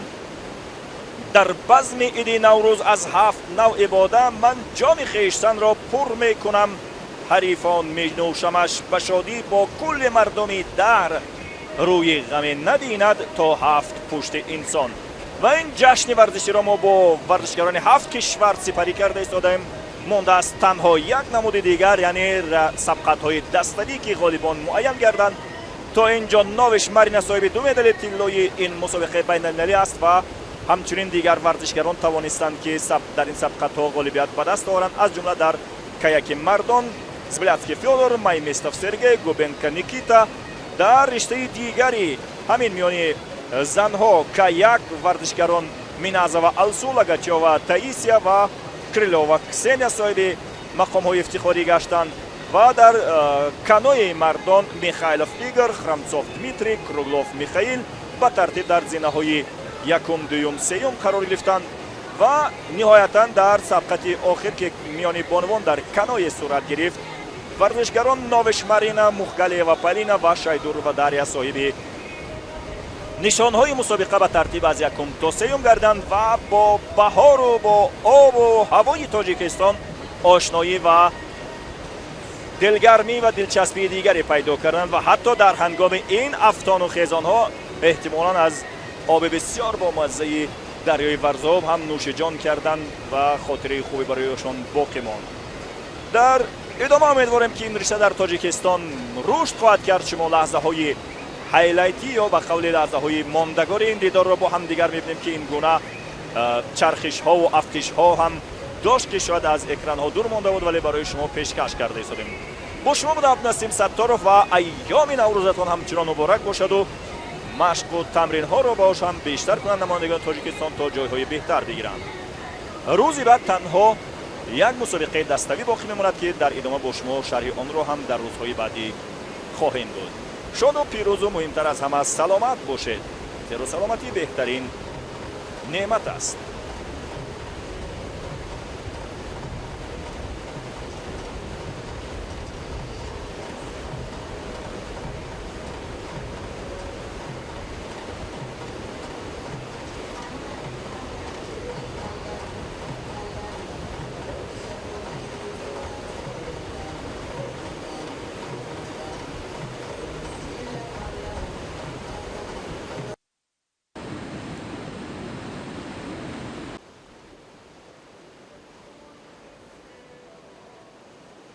ایام نوروزی بین المللی همچنان جریان دارد و این جشن پرشکوهی که جهانی شد و همگانی شد، ما با همدیگر طول 2 ساعتی دیگر با همراهی نمایندگان 7 کشور دیگر در مسابقه تاجیکستان سلالوم اوپن 2023 که با تشبوس رئیس شهر دوشنبه محترم رستم امامعلی تشکیل شده است تجلیل میکنیم و همراه آن را تماشا میکنیم.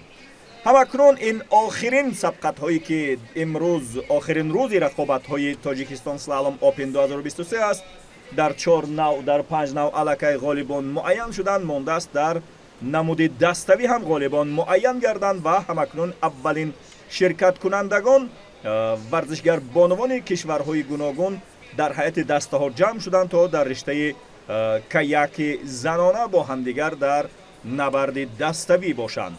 و همچنانی که ببینید یکمین دسته که به هنر آزمایی آغاز کرد تروخینا آنا بدناریوک مارگاریتا از فدراسیون روسیه و باگنل بخومی از کشور هندوستان هست که این شیوه را بار اول است میبینیم در مسابقه بین المللی و این کار را خودی برگزار کنندگان مسابقه کردند تا جذابیت رقابت بهتر شد و بجز ورزشکاران کشور روسیه ورزشکاران کشورهای دیگری هم بتوانند به مدال های این مسابقه شاید دست یابند و که در ادامه با هم خواهیم دید.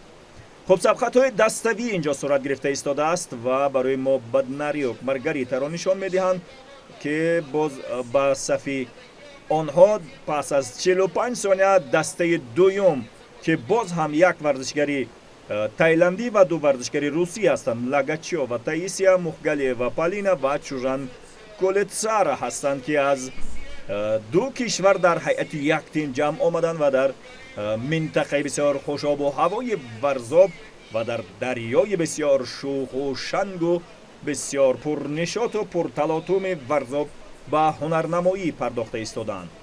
به فرق از سبقت های انفرادی که ما در مهم 3 روز گذشته ما آنها را به طور کامل شرح دادیم، غالبانشان را هم اعلام کردیم، اینجا سبقت ها به این گونه صورت میگیرد که اگر در آنجا یک نفر باید خودش را اداره میکرد، حالا باید هماهنگ با همدیگر 3 نفر در حرکت شوند و خطا نکنند و از همه دروازه ها عبور کنند. اگر اشتباه کنند برخورد با همدیگر زیاد خواهند داشت. ببینید 4 تا 5 تا ورزشگر تقریبا به همدیگر نزدیک شدند، همان هیئت پیشینه و هیئت دسته دوم که به میدان آمد. اینجا دسته ها همین گونه با نام دسته یکم، دسته دوم، دسته سوم نمبر میشن و این هم دسته سوم است که به حرکت در آمد. بارکا و الینا، نیزوفسی و الکساندرا و ماکاچی و انگلینا هستند که هر سه هم از کشور فدراسیون روسیه اینجا هنرنمایی میکنند. البته این بانوان از دسته‌های مختلف فدراسیون روسیه میباشند، زیرا در این مسابقه تعداد دسته‌هایی که از فدراسیون روسیه برآمد میکنند بسیار زیاد هستند. و حالا ما برایتان در ادامه خواهیم گفت که در این مسابقه هیئت دسته های 17 تا دسته اشتراک داشتند. بخصوص یک دسته از شایگری تایلند، یک دسته از جمهوری هندوستان، یک دسته از بلاروس، یک دسته از قزاقستان، یک دسته از تاجیکستان و ما بقیه 17 دسته رو دسته های فدراسیون روسیه تشکیل میکنند که خودی منتخب فدراسیون روسیه آید به سلالوم قایقرانی یک دسته مکمل اینجا حضور دارد با شمول 15 نفر. همچنین از دیگر شهر و ناحیه ها و منطقه و جمهوری های فدراسیون روسیه دسته های گوناگون نیز به اینجا آمدند و در هیئت دسته منتخب، در هیئت دسته های خود هنرنمایی میکنند. بیاد این دسته را میبینیم که در بین آنها البته یک نفر ورزشکار بانوی کشور ازبکستان، فامینکووا الکساندرا و تریتیاکووا سویتلانا از فدراسیون روسیه، ساکالووا مریم از فدراسیون روسیه، فامینکووا الکساندرا باشد ورزشکار بانوی ازبکستان است.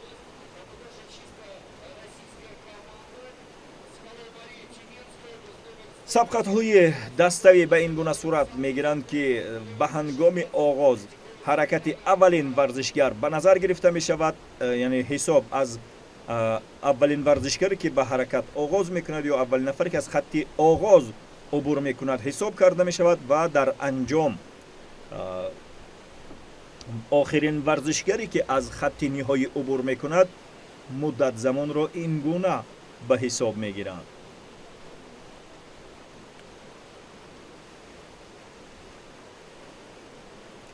و همانطور که میبینید ورزشگران مثل همان سلالوم های قایقرانی و کنویی که وجود دارند از همان 18 دروازه تعیین گردیده عبور میکنند. این هم ورزشگر بانوی روسیه ساکالووا ماریا هست که هنرنمایی دارد و همدسته او ساکالووا ماریا، تریتیاکووا سویتلانا و فامینکووا الکساندرا هستند که به هنرنمایی پرداختند.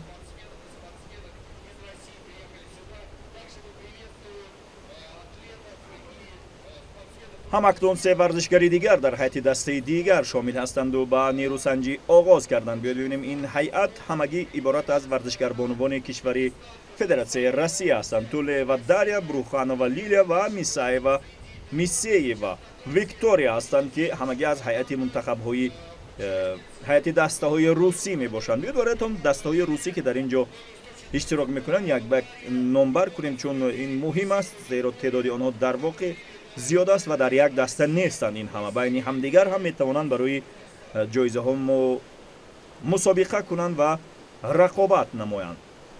ببینید از جمهوری التای فدراسیون روسیه یک دسته، از منطقه کراسنویارسک یک دسته، از خود شهر مسکو یک دسته، از ولایت مسکو یک دسته دیگر و از ولایت نووسیبیرسک از شهر سنت پتربورگ یک دسته دیگر. منتخب خود روسیه بانوانش یک دسته و مردانش البته ولایت سوردلوفسک و یوگرای خود روس ها باز یک نفر دیگر و عنوان یک دسته به اینجا حضور پیدا کردند. خب به هر حال بینید که تعدادی وقتی که سبقت های دستوی صورت میگیرند خیلی با احتیاط حرکت میکنند، همدیگر رو با یک ضربه میتوانند از یک دروازه محروم کنند. و همینطور باز دیگر هیئت دسته به سبقت آغاز کرد. از سبقت پرو و یکاترینا که یکم شده از خط نهایی عبور کرد، شمارش زمان یا زمان سنج به کار می‌دارد و در آخر هر کدام از اینها که آخرین شده به خط نهایی رسند آنها را نیز به ثبت می‌رسانند، یعنی نفر آخر را. دوانگلاوا ات چراپورن است از شاهیگری تایلند در هیئت دسته مذکور و امیدوارم که همکنون با این گونه روشی که مسئولان برگزاری مسابقه پیش گرفتند حتما نمایندگان دیگر کشورها نیز صاحب مدال خواهند شد.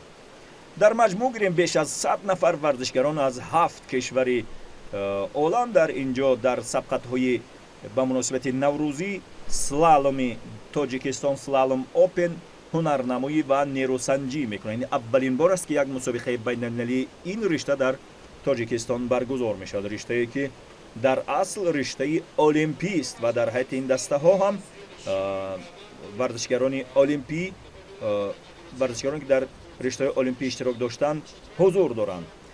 ببینید نفری که از همه آخر از خط نهایی عبور میکند همون نفر صاحب همون نفر زمانی به حساب گرفته شده از حساب همون نفر خواهد بود. و اینجا ورزشگر بانی تاجیک هم با هیئت 2 نفر دیگر از بانوان روس به هنرنمایی میپردازد. مینازا و السو اشتراکچی بازی المپی است. سمیرنووا والنتینا نماینده تاجیکستان و شکلیاروک والریا این هم ورزشگر بانی کشوری فدراسیون روسیه است که 3 نفر در هیئت یک دسته هنرنمایی یا نیروسنجی را آغاز کردند. سمیرنووا تحت رقم 118 همین بانویی که میبینید اینجا هنرنمایی دارد و در زیرنویس هم برای شما اشاره شده ایستاده است. این بانو به نمایندگی از تاجیکستان در دریای تاجیکستان در منطقه‌های خوش آب و هوای تاجیکستان هنرنمایی کرده ایستاده است. در این مسابقه بین المللی فقط از میان مردان یک نفر در زینه پنجم قرار گرفت از هیئت ورزشگران تاجیکستان که حالا در ادامه شاید برایتان نامش را خواهیم گرفت، ولی در هر صورت فعلا ما یگان جایزه‌دار از هیئت دسته تاجیکستان یا منتخب تاجیکستان در اولین مسابقه تاجیکستان سلالوم اوپن نداشتیم. به هر حال سمیرنووا والنتینا در هیئت دسته کنونیش احتمالاً میتواند به یگان نتیجه دست یابد. خب همچنان 3 نفر ورزشگر بانوان در تلاش هستند و این هم هیئت دسته دیگر. هر 45 ثانیه یک نفر دسته به سبقت آغاز میکند. در این سبقت کیریلووا کسنیا و نووش مارینا و نیامتونگ جاروبان از شاهیگری تایلند است. یک نفر اینجا، 2 نفر دیگر از فدراسیون روسیه هستند. یک چیز را اینجا باید درباره خانم نووش مارینا بگویم که الکی صاحب 2 تا طلای این مسابقه بین المللی شده است در کایاک کروسی که روز اول در پول جوانان برگزار شد و همچنین در یک رشته دیگر اگر خطا نکنم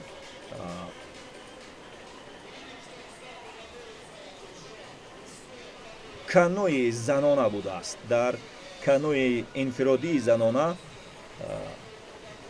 زینه اول رو به خود اختصاص داده بود نووش مارینا که اینجا تحت رقم 121 هنرنمایی میکنند. همین بانو رو بینید که از دروازه 12 عبور کرده ایستاده است و پشت سر او الکی نیامتونگ جاروبان از شاهیگری تایلند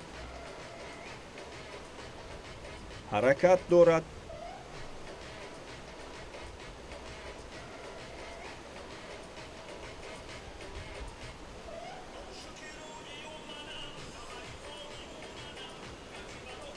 هر 3 به نوبت از تمام دروازه ها عبور میکنند. در این سبقت های دستوی هم همه ҷаримаҳо ва хатогиҳо ба ҳисоб гирифта хоҳанд шуд. Довароне ки дар канори як лаҳза барои мо шумо нишон доданд ва ин ҳам парчамҳои кишварҳои иштирокчӣ дар мусобиқаи байналмилалии Тоҷикистон Slalom Open 2023.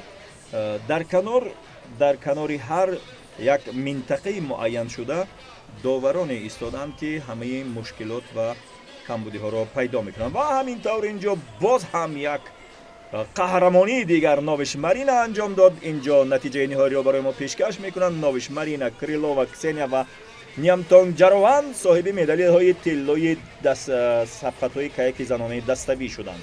Лагачова Таисия ва се нафари дигар ҳоло бароятон хоҳем гуфт давоми замоне ки мардон ба сабқатҳои инфиродии худ дар риштаи каноэ оғоз карданд бароятон ба ҳар ҳол муфассал хоҳем гуфт. ҳоло Шаляев Вячеслав Зиноев Богдан ва Путинцев Богдан, дуто Богдани қазоқ ва як Шаляеви рус ба нерӯсанҷӣ мепардозанд. Аввалин дастае ҳастанд ки аз миёни мардон дар риштаи каноэ ба ҳунарнамоӣ ва нерӯсанҷӣ оғоз карданд. сабқатҳои даставӣ аст охирин рӯзи сабқатҳои Тоҷикистон Slalom Open 2023 мебошад ва мо дидем ки дар риштаи каяки бонувон алакай ғолибон муайян шуданд ва Новиш Марина алакай соҳиби сеюмин тиллои худ дар мусобиқаи байналмилалии Тоҷикистон Slalom 2023 гардид. ҳанӯз ҳам ин се варзишгар аз як дастаро мо мушоҳида мекунем ва инҷо Путинцев Богдан дар об сарозер мешавад ва идораву контроли худашро аз даст медиҳад, вале ба ҳар ҳол боз рост мешавад, чун ғутаи тимсоҳӣ ном дорад ин ҳолат. баъзе вақтҳо барои намоиш ин корро мекунад, вале инҷо худи ҷараёни об буд ки Богдан Путинцевро ин гуна сарозер кард. ҳайати дигари варзишгаронро барои мо нишон медиҳанд. Шклярок Николай ва Турабов Отабек аз Ӯзбекистону Замятин Даниил аз Тоҷикистон инҷо ба ҳунарнамоӣ пардохта истоданд. Замятин Даниил ҳамин нафар аст ки мебинед таҳти рақами 338 бо ҳамроҳи Шклярук ва Отабек дар навардидани оби бисёр шуху пурҷӯшу хурӯши дарёи дидани варзоб мебошанд. ма умедворим ба ҳар ҳол як нафар аз миёни тоҷикон низ барои ҷоиза набард кунад ва битавонад ҳадди ақал дар ҳайати даставӣ ба ҷоизаҳои аввалин мусобиқае ки мизбониашро худи Тоҷикистон бар уҳда дорад даст ёбад.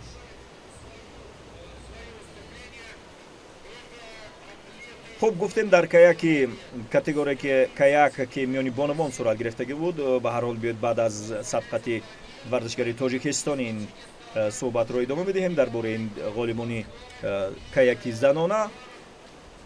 инҷо Шклярук Николай дар ҳаракат ҳаст ва дар интизори ҳамдастаҳояш, зеро ӯ ки аввалин шуда аз хатти ниҳоӣ убур кард, барояш муҳим нест ки аввалин шуда аз хатти оғоз ҳаракатро оғоз кард, муҳим нест ки аз хатти ниҳоӣ аввалин шуда убур кард. аввалин шуда бояд Замятин Даниил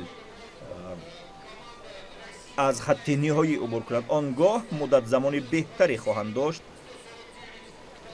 нафари қаблӣ ки мо дидем онҷо сарозер шуда буд, ба ҳар ҳол то ба охир ҳаракатро идома надодааст ва барои ҷоизаҳо низ ҳаракат нахоҳад кард. ва намояндагоне ки ҳайати ки дар он намояндаи Тоҷикистон ва Ӯзбекистон низ буданд, аллакай аз хатти ниҳоят ҳамчуноне ки мебинед убур карданд.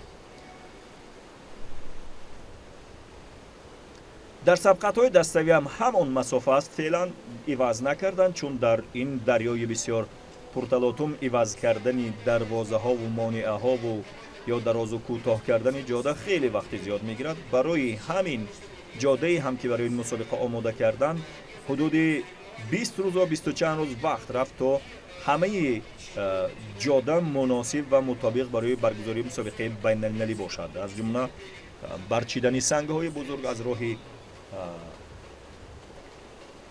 варзишгарон ва ҳисобу китоби ҳар он чи дар ин ришта муҳим аст баландии об, суръати об, мавқеиятҳое ки дар он ҷо бояд варзишгарон бичарханд ва дигар мавзӯъҳои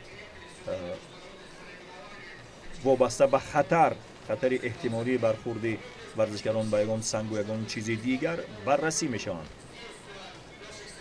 ва ҳайати дигаре ҳам акнун вориди сабқат гардиданд. инҳо ҳам се варзишгар ҳастанд, дар ҳар даста се нафар. Федосов Алексей Анчагин Нантипат аз Таиланд ва Палухин Данил аз Федератсияи Россия ҳастанд.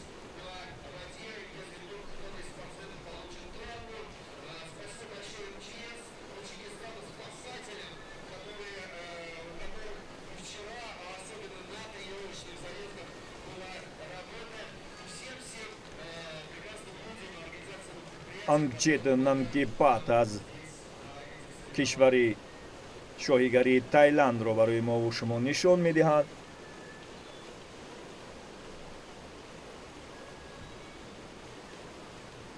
ва аллакай аз дарвозаи 10-у 11-ум убур карданд. аз нисф бештари масофаро тай намуданд. охирин рӯзи рақобатҳо дар Тоҷикистон слалом опен ҳаст ки сабқатҳои даставӣ сурат гирифта истоданд. баъд аз имрӯз ин мусобиқа ҷанбаст ва маросими ҷоизасупорӣ ба таври ҷудогон албатта дар хохи наврӯз баргузор мешавад. бинобар ҳамин мо дар давоми ин сабқатҳо ҷоизасупориро барои шумо нишон дода наметавонем, зеро ҷанбасти ҳамаи ин мусобиқа ва додани ҳамаи медалҳо дар маросими ҷудогона сурат мегирад. ба ҳар ҳол навбати дастаи навбати Орехов Иван аз Федератсияи Россия, Курбаналиев Шерзод аз ҷумҳурии Ӯзбекистон ва Козлов Андрей ҳастанд ки дар ин сабқат ба ҳайати як даста шомил шуданд ва нерӯсанҷӣ доранд. хуб, баротон гуфта будем дар бораи сабқатҳои каяки бонувон ки чанд лаҳза пеш тамом шуд суҳбате хоҳем дошт. Нобиша Марина ки аллакай сеюми медали тиллоашро ба даст овард. Крилова Ксения ва Наямтон Ҷарован аз шоҳигарии Таиланд ҳам он ҷо соҳиби медали тилло гардид дар ҳайати дастаие ки се нафара буданд. дар зинаи дуввум Лагачёва Таисия, Мухгалиева Полина аз Федератсияи Россия ҳастанд ва Чуянг Калитсара аз шоҳигарии Таиланд буд ки соҳиби медали нуқра гардиданд ҳар се. ва ниҳоятан дар зинаи сеюм боз ҳам варзишгари кишвари Россия Брюхнова Лилия, Тулаева Дарья ва аз Қазоқистон Мисеева Виктория буданд ки соҳиби нишонҳои биринҷии ин мусобиқаи байналмилалӣ гашта буданд. ва ҳамакунун ин дуюмин мусобиқа аст ҷараён дорад миёни мардон. Шерзоди ҳамсоя кишвари мо ҳам дар байни варзишгарони ӯзбек ҷой гирифтааст ва барои нишонҳои ин мусобиқа талош дорад. дастаи баъдӣ Губарев Кирилл, Полишук Максим аз Федератсияи Россия ва Головаченко Денис аз Беларус ин ҷо ҳунарнамоиишонро оғоз карданд ва боз ҳам бояд бо ҳамоҳангӣ бо ҳамдигар дар ҳаракат бошанд, зеро ин дарёи варзоб намегузорад ки ба ҳадди кофӣ бо ҳамдигар ҳамоҳангӣ дошта бошанд. бахусус ки имрӯз ҳам мисли дирӯз суръати об бисёр баланд аст ва хуб ҳам ҳаст. дар он боло бинед аллакай ҳайати дигаре ҳам омодаи ҳаракат мешаванд ва 45 сония пас ба нерӯсанҷӣ мепардозанд.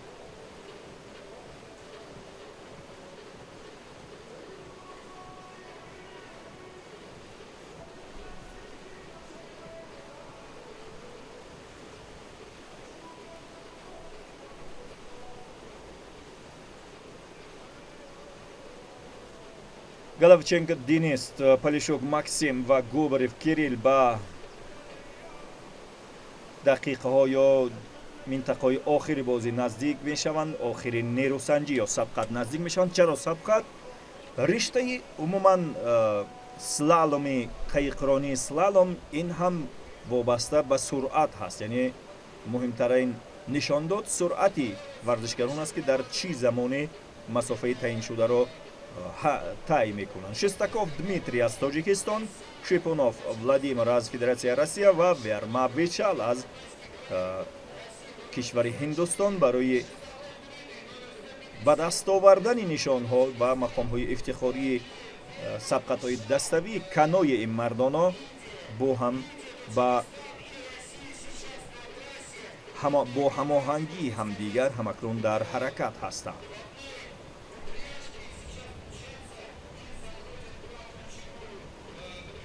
Шестаков Дмитрий аввалин шуда аз хатти ниҳоӣ убур кардааст. Бинобар ин дар ин ҷо гузаштани Верма Вешал муҳим аст ки охирин нафар кай аз хатти ниҳоӣ убур мекунанд ва ҳамон замонро баъд дар назар мегиранд. Шестаков Дмитрий аллакай ба дарвозаи 14 расид ва мебинем ки варзишгари кишвари Ҳиндустон Верма Вешал ҳам варзишгари тавоное аст. Хуб ҳаракат карда истодааст дар баробари боз ин ду варзишгари бо таҷриба. Верма Вешал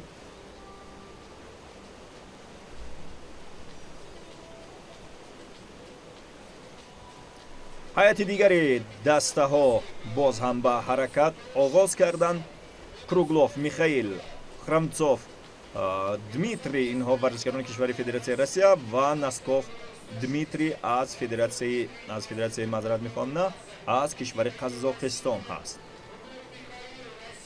Храмцов Дмитрий аллакай соҳиби медали нуқраи мусобиқоти байналмилалии слалом Опен дар Тоҷикистон 2023 ҳаст.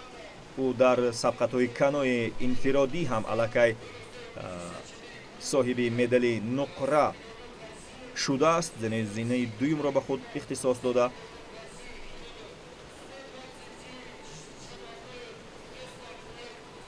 ва Круглов Михаил ҳаминҷо бинед дуто соҳибони нишонро дар ҳамин сабқат дар ҳайати ин даста мебинем. ҳам Круглов Михаил ҳам Храмцов Дмитрий дар ҳамин сабқатҳои канои мардона аллакай зинаҳои дуюм ва сеюмро ба худ ихтисос додаанд.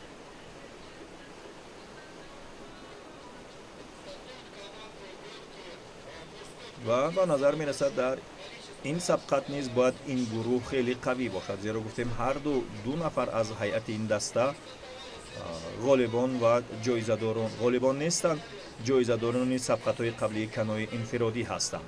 хуб гурӯҳи баъдиро мебинем ё дастаи баъдиро мебинем. Крюков Глеб, Ҷумабоев Достонбек ва Григорьев Иван ҳаст ки ба сабқат пардохтанд. муҳим дар ин ҷо суръате аст ки онҳо ин масофаро тай мекунанд бо гузаштан аз монеаҳо ва бо чархидан аз монеаҳо. шояд онҳо баъзе аз тамошобинон тоза ба тамошои ин сабқатҳо пардохта бошанд ва сабқатҳои дирӯзу парирӯзро надида бошанд. бояд қайд намоем ки дар майдон, дар ин майдони рақобат гӯем ё ин дар масири рақобати варзишгарон 18 монеа вуҷуд дорад ки ё дарвоза гӯем вуҷуд дорад. беҳтар аз монеа дида дарвозааш беҳтар аст, зеро аз дохили он мегузаранд. мисли дарвоза аст. 18 дарвоза дар масири 200 метр насб карда шудааст. дарвозаҳои сабзро мебинем ва дарвозаҳои сурхро. дарвозаҳои сурх асосан корашон душвортар ва мушкилтар аст. чархидан дар кор ва дар дарвозаҳои сабз бошад осонтаранд, зеро ба таври мустақим аз он убур мекунанд. вале як нозукии дигар дарвозаҳои сабз доранд. дар ҷойҳое қарор доранд дарвозаҳои сабз ки онҷо хеле талотуми об ва ҷараёни об пуршиддат ҳаст ва бинед ки нафари охирро ҳатман мунтазир мешаванд то ба ӯ рӯҳия бидиҳанд ва ӯ ҳам битавонад ба тим пайвандад. чун агар масалан ду варзишгари тавоно пурсуръат аз охири хат убур кунанд, як варзишгаре ки нисбатан заифтар ҳаст шояд дилсардтар шавад ё рӯҳияш ногувор гардад барои тай кардани 200 метр. ба ҳамин хотир гаҳгоҳе ду нафаре ки пешсаф ҳастанд ё як нафаре ки пешсаф ҳаст мунтазири дигар аъзои ҳайати дастааш мемонад.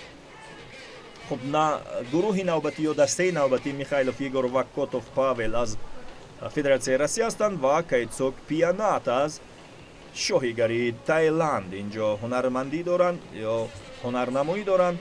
Михайлов Игор ҳам аллакай дар каное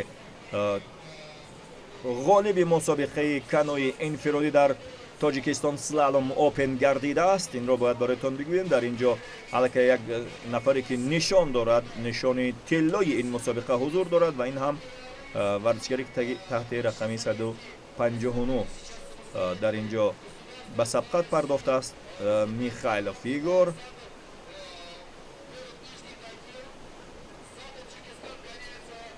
همون نفری که اولین شده در حرکت می باشد، نفری است که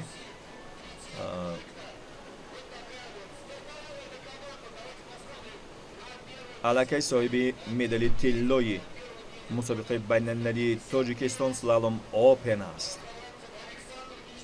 خوب، دسته دیگر با حرکت آغاز کردن خارلانتسف، الکساندر، پاپوف الکسی و تریتیاک ویکتور.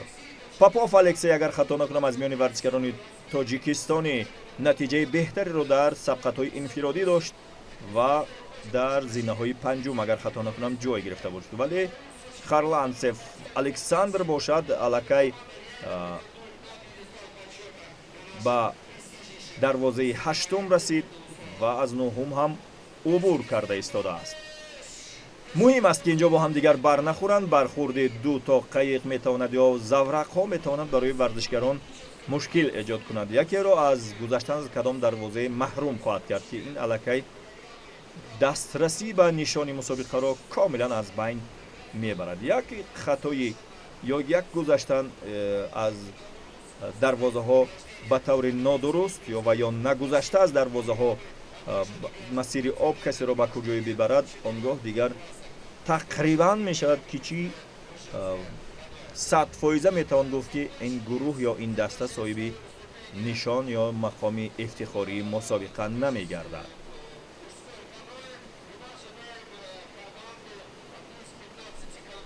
خب این دسته هم الکی از خط نهایی عبور کرده ایستاده است و بیاید ببینیم که با همین کنوی مردانه دسته نیز به انجام رسید و در اینجا ما الکی یک نشان طلا از میان ورزشکاران تاجیکستان داریم. پاپوف الکسی که گفتیم در سبقت‌های انفرادی هم خوب بود، صاحب طلا گردید در برابر ورزشکاران روسیه. همچنین تریتاکوف ویکتور نیز صاحب مدال طلا گردید و حالا برایتان ما در ادامه باز بیشتر خواهیم گفت که زینه‌های دوم و سوم رو کیها گرفتند. به هر حال اینجا باز یک سبقت دیگر میان مردان آغاز می‌گردد و مردان در رشته کایاک با همدیگر نیرو می‌سنجند یا سبقت می‌کنند. زیناوی باگدان و پوتینسف باگدان از کشور قزاقستان هستند، ریازانوف نستر از کشور فدراسیون روسیه اینجا در هیئت یک دسته با هم دیگر هماهنگانه به پیش میروند تا صاحب مدال ها و یا مقام های افتخاری مسابقه بین المللی گردند. نکته جالب اینجاست که شاید در هیچ کنج از دنیا علاقه مسابقه های سلالومی زورقرانی آغاز نشده باشد، ولی در تا جایی من میدانم هم ورزشکاران روس و هم دیگر ورزشکارانی که از 7 کشور اینجا حضور دارند، البته از 6 کشور و هفتمینش میزبان هست، یگان مسابقه بین المللی هنوز آغاز نشده است. این آغاز موسم است برای همه زورقرانان و زورقرانان سلالومی جهانی شاید محسوب می شود، زیرا مسابقه رسمی تا کنون آغاز نگردیدند چون فصل سرماست. اون کشورهایی که در آنجا این رشته خوب رشد کرده است و باید ورزشکارانش به مشق و تمرینی در هوای باز آغاز کنند هنوز سرد است و در این منطقه ورزاب یا در دریای ورزاب هم سرد است، ولی شاید همین ایام گل شکوفانی نوروز و آفتاب دلگرم کننده تاجیکستان ما این اشتراکچیان ها را نسبت به این سردی ها استوار می نماید. گروه دیگر از 3 نفر ورزشکاران کشور فدراسیون روسیه اینجا با سبقت پرداختن: لوکیانوف کنستانتین، تلستیکوف لوچیزار و زیابلیتسکی فیودور که علاقه زیابلیتسکی فیودور هم در همین رشته کایاک در زورقرانی کایاکی انفرادی صاحب مدال طلا شده است.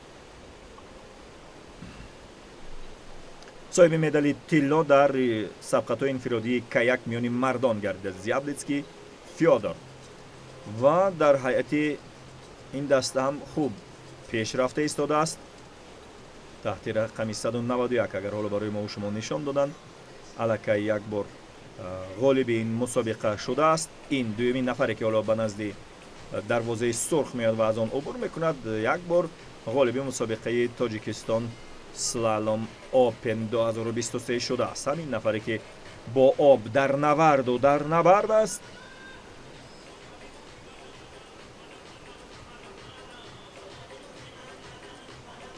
صاحب مدال طلای مسابقه الکی هست در همین سبقت های انفرادی البته. ولی در دستوی آیا بختش مدد میکند یا نه، یا هنر و مهارتش مدد میکند یا نه، حالا در ادامه خواهیم دید. سویتنیکوف نیکیتا، کارتیکوف آرتیوم و مانگجیت جانیاوود هستند باز در حیط دسته نو که مانگجیت جانیاوود از شایگری تایلند و سویتکوف نیکیتا و کارتیکوف آرتیوم ورزشکاران فدراسیون روسیه هستند. اینجا هماهنگی بسیار مهم است.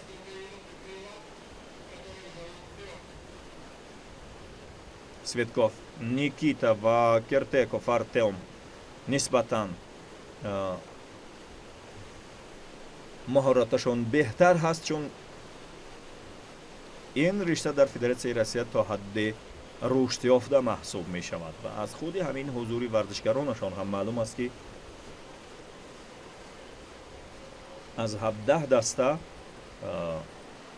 10 تایش 11 تایش از همین فدراسیون روسیه هست.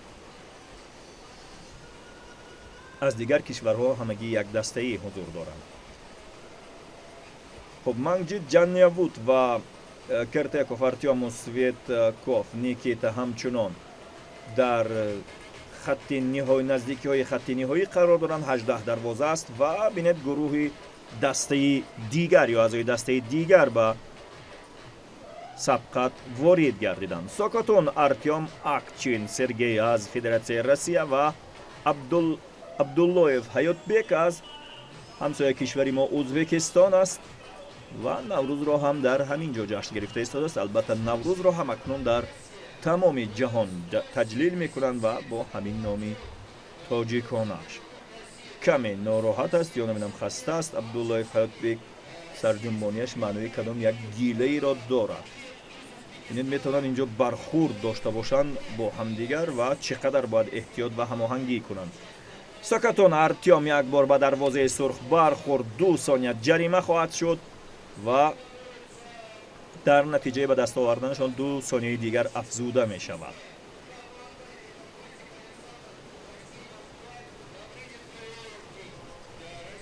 قاعده ها همان قاعده ها باقی میمانند، فقط اینجا هر کدام از این ورزشکاران اگر قاعده را ویران کرد یا برخورد یا رسیش به دروازه داشت یا از دروازه عبور نکرد حتما جریمه خواهد شد. البته این ورزشکاران باید طبق همان شماره گذاری هایی که در بالا هست همون طور حرکت کنند. دروازه را نمیشد عبور کرد و سپس به دروازه قبلی بازگشت. نوبت را حتما احتیاط میکنند. و همینطور این دسته هم اولین نفرش از خط نهایی حتما عبور میکند، زیرا دروازه 18 آخرین دروازه است. گفتیم 18 دروازه در مسافه 200 متر تعیین کرده شده است. و بله این هم دسته نو باز هم واسک الکساندر، دبرینین گیورگی و زمیاتین دانیل ورزشکار کشور تاجیکستان است. زمیاتین دانیل از ازبکستان نیست و اینجا هنرنمایی زمیاتین دانیل را بیاید ببینیم که در حیات ورزشکارانی در یک هیئت با ورزشکاران روس یا فدراسیون روسیه به سبقت پرداخته. زمیاتین دانیل ورزشکار تاجیکستان است. به نمایندگی از تاجیکستان در این مسابقه برآمد کرده ایستاده است تحت رقم 181.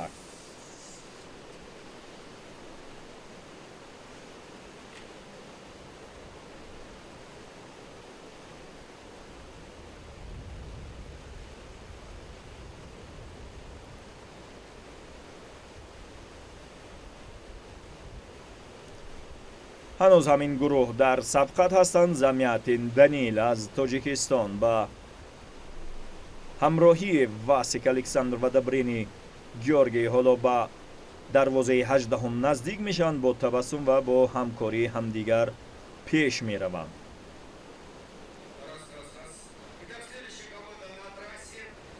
ҳайати дастаи баъдиро барои мо шумо муаррифӣ мекунанд. Столбовский Артем, Казаков Константин, Лапиков Данила ҳастанд ки ин варзишгарон ба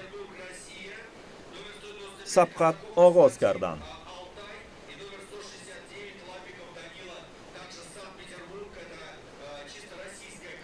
тақрибан аксари он нафарҳое ки дар сабқатҳои инфиродии канои якнафара соҳиби ҷоиза шуда буданд, мо аллакай дар ин сабқат дар ҳайати дастаҳо дидем ва биёд бибинем ки се варзишгари рус дар як федератсияи Россия дар як ҳайати як даста чӣ кор мекунанд, чӣ гуна ҳаракат мекунанд, чун вазъи онҳо нисбат ба дигар варзишгарони дигар кишварҳо беҳтар аст.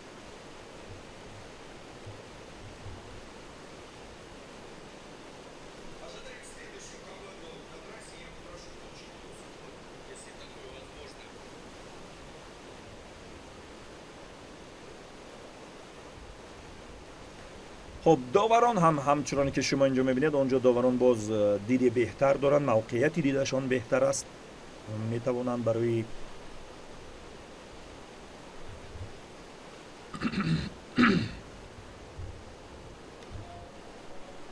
هر یک قاعده ویران کنی یا یگان اشتباهی که یگان ورزشگر انجام میدهد اون را به ثبت برسانند.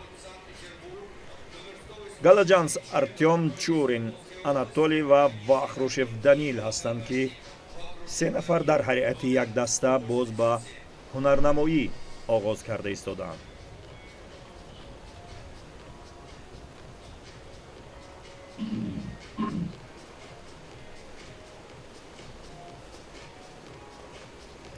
ин се нафар ҳам дар зумраи онҳое нестанд ки дар сабқатҳои қаблӣ тавониста бошанд ки ба ягон нишон ё мақомҳои ифтихори даст ёбанд, вале дар ҳар сурат ин се нафар метавонанд дар ин мусобиқа дар сурати агар беҳтаринҳо ва довталабони асосӣ ба ягон хатогӣ роҳ диҳанд ба ягон зинае аз мусобиқа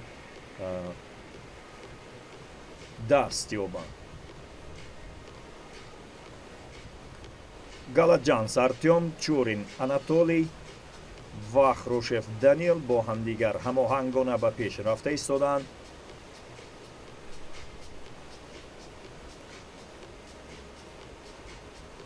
умуман агар бигирем худи ҳамин риштаро каме дар борааш бояд суҳбат кунем, чун дар тӯли ин чанд рӯз мо дар бораи пайдоиши ин ришта чизе нагуфта будем. ҳоло инҷо дар ҳайати дастаи нав Камешков Владимир, Куценко Данил ва Насков Дмитрий ба ҳунарнамоӣ мепардозанд ки ин се нафар ҳам ҳеҷ дастовар дар рӯзҳои қаблӣ надоштанд, вале биёед баргардем ба ин варзиш, ба ин риштаи варзишӣ. худи таърихи пайдоиши онро 11 сентябри соли 1932 медонанд. дақиқан дар ҳамин рӯз дар Швейтсария ин заврақронии слалом ва санҷиши ҷӯшу хуруш ё талотуми об ном бурда буданд ва ба аввалин бор ба сабт расидааст.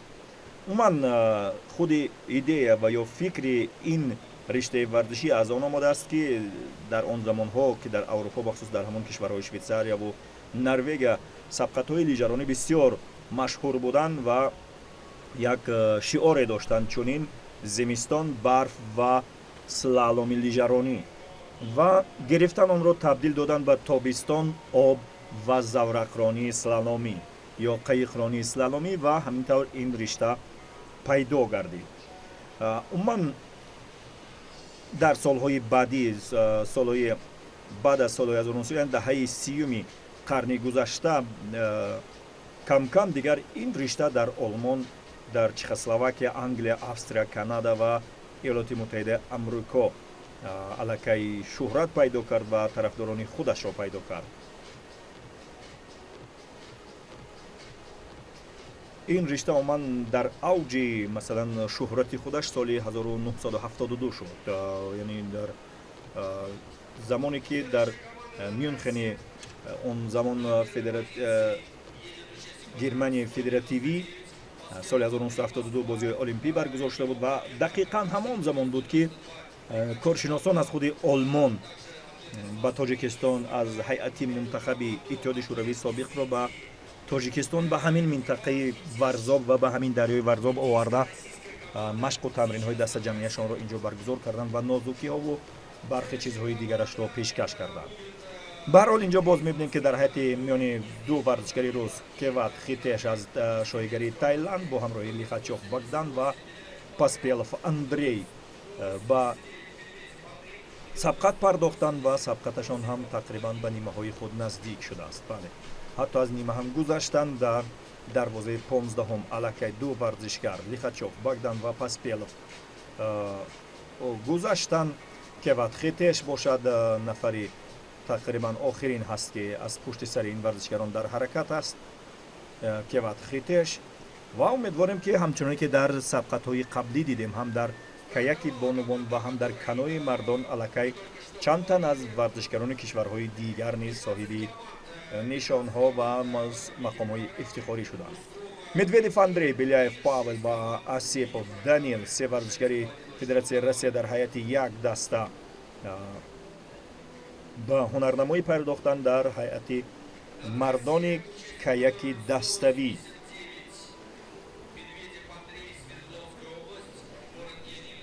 آنها نیز در سبقت‌های انفرادی اشتراک داشتند ولی به مقام‌های افتخاری نائل نگردیدند. سه ورزشکاری روس هستند اینجا.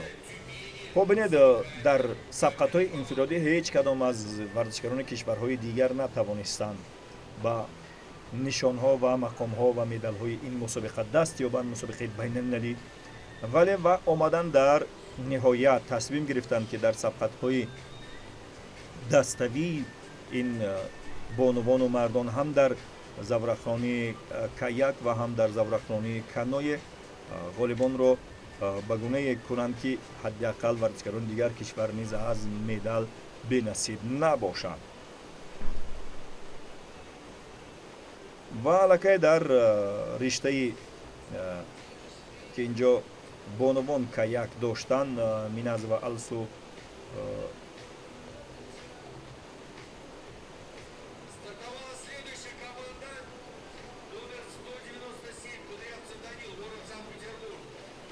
معذرت میخوام مینازва also نبود نویش اگر خطا نکنم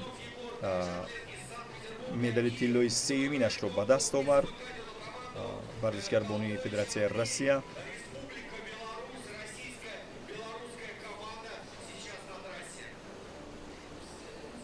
و ببینید در حیاط دسته نو باز هم کودریافسف دانیل، سمیرنوف یگور و کولتوویچ اندری.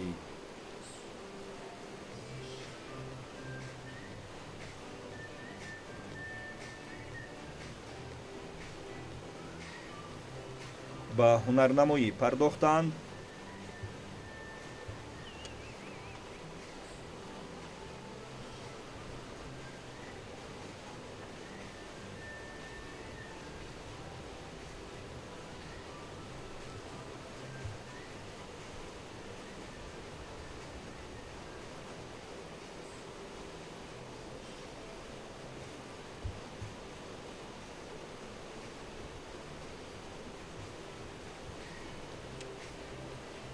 و حدوداً به دقیقه های یا به مسافه های مترهای آخری مسابقه نزدیک شدند. 200 متر است مسافه مسابقه.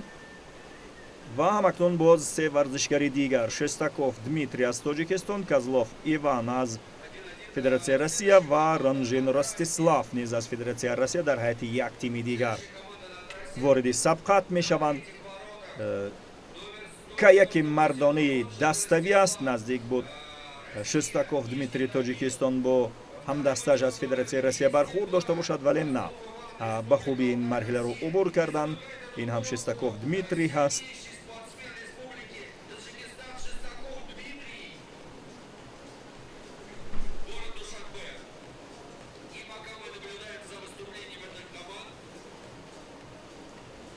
варзашгаре ки кишвари тоҷикистонро намояндагӣ мекунад. Дар сабқатҳои қаблӣ ҳам ӯро дида будем ки тоҷикистонро дар сабқатҳои инфиродӣ намояндагӣ карда буд.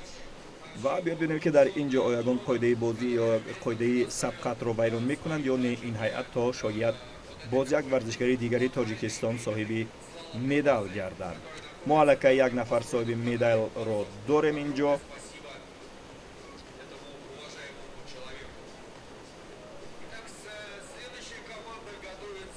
ва он ҳам дар сабқатҳои каное буд.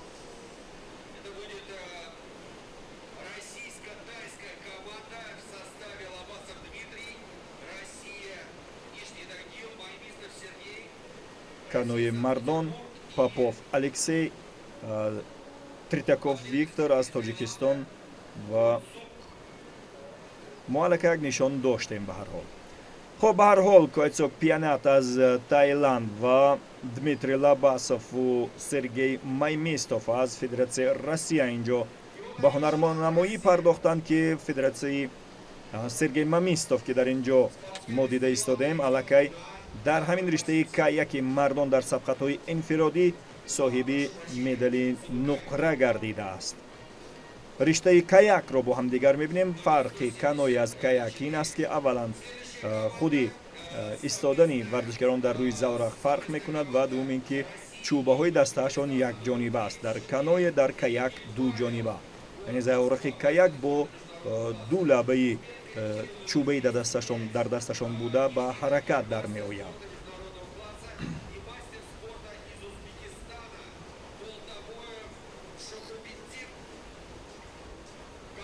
Койцок Пиянат аз кишвари шоигари Таиланд аст ва дар ҳамроҳии ду варзишгари рус ба нерӯсанҷӣ пардохта.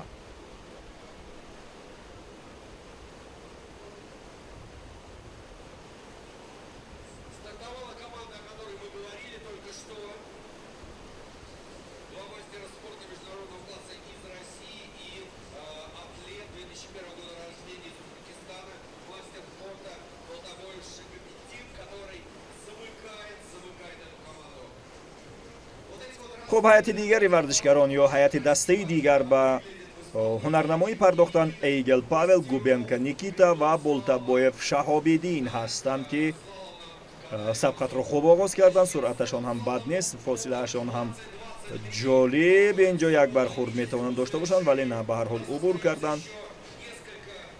аз ҳамдигар хуб ҳамоҳангӣ доранд, суръаташон ҳам хуб аст. умуман ин сабқатҳои заврақронии слалом вобаста ба суръат мақомҳои ифтихориро ба даст меоранд. Дар чанд сония ин масофаро бидуни хато ва бидуни расишу бидуни аз даст додани ягон дарвоза убур мекунанд. Эйгел Павел, Губенко Никита ва Болтабоев Шаҳобиддин ба назар мерасад бисёр хуб пеш омада истоданд. аз ҷумла ҳамин Болтабоев Шаҳобиддинро ки мебинем аз кишвари Ӯзбекистон аст, аз ҳамсоя кишвари мо онҷо наҷотгарон ҳам дар интизор истоданд. агар касе бо мушкиле дучор шуд, чанд лаҳза пеш мо дидем ки як нафар пас аз ин ки ду-се бор сарозер шуд, ӯро ҳатман наҷотгарон аз майдон берун карданд. аз он боло аллакай як ҳайати дигари варзишгарон вориди сабқат шуданд. дар ин ҷо бошад Болтабоев аллакай аз хатти ниҳоӣ убур кард ва боз ду варзишгари дигар ӯзбекистони Назиров Каримҷон ва Саидуллаев Самандар бо ҳамроҳии Круглов Михаил ба сабқат дар риштаи каяки мардонаи dastavî пардохтанд. Круглов Михаил ҳам аллакай соҳиби як медали ин мусобиқаи байналмилалӣ ҳаст. дар канои инфиродӣ ё якнафара ӯ зинаи сеюмро ба худ ихтисос дода буд ва ин ҷо эҳтимолан ҳамроҳи ӯ боз Каримҷон Назиров ва Саидуллаев Самандар битавонанд ба медалҳои мусобиқа даст ёбанд. Круглов Михаил соҳиби нишони биринҷии канои якнафара буд. дар умум бигирем, агар ҳатто дар дигар мусобиқаҳое ки дар сатҳи ҷаҳонӣ баргузор мешаванд, یک نفر میتواند در چند رشته اشتراک کنند، هم در کنوی، هم در کایاک و هم در دستوی و هم در بعضی وقتا باز دستوی آمیخته هم میشود، یعنی حتما در میان مردان زنها هم جای میگیرند در دستوی و به مانند همون سبقت های انفرادی همان قانون و قاعده ها عمل میکنند. اگر سه تا ورزشگر یک باری به دروازه ها رسیش داشته باشند 6 ثانیه به وقتشان افزوده می شود. اگر از دروازه هر سه نگذشتن 150 ثانیه علاکه جریمه می شود و بیاید نتیجه اینجا رو. بله، هم شهری ها یا همسایه های ما هم صاحب مدال طلا گردن. بولتاباєв شهاب‌الدین با همراهی گوبنکا نیکیتا و ایگل پاول دسته هستند که صاحب مدال طلا. بیلایف پاول، مدویدف اندری، آسیپوف دانیل صاحب نقره و گلاجانس ارتیوم، چورین آناتولی و واخروشف دانیل باشند از فدراسیون روسیه با مدال های برنجی. اولین مسابقه بین المللی تاجیکستان سلالوم اوپن بخشیده به نوروز بین المللی گردیدند. و بیا درباره ورزشگران بانوان که آخرین سبقت این مسابقه بین المللی محسوب می شود یک بار دیگر بازگردیم. شکلروک والریا، یاداو اخنا و تروخینا آنا سه ورزشگر در هیئت یک دسته که دوتایشان از فدراسیون روسیه و یاداو اخنا از هندوستان اینجا در هیئت این تیم جای گرفته است تا شاید در میان ورزشگران اشتراکی از هندوستان هم یگان نفر صاحبی مدال گردد.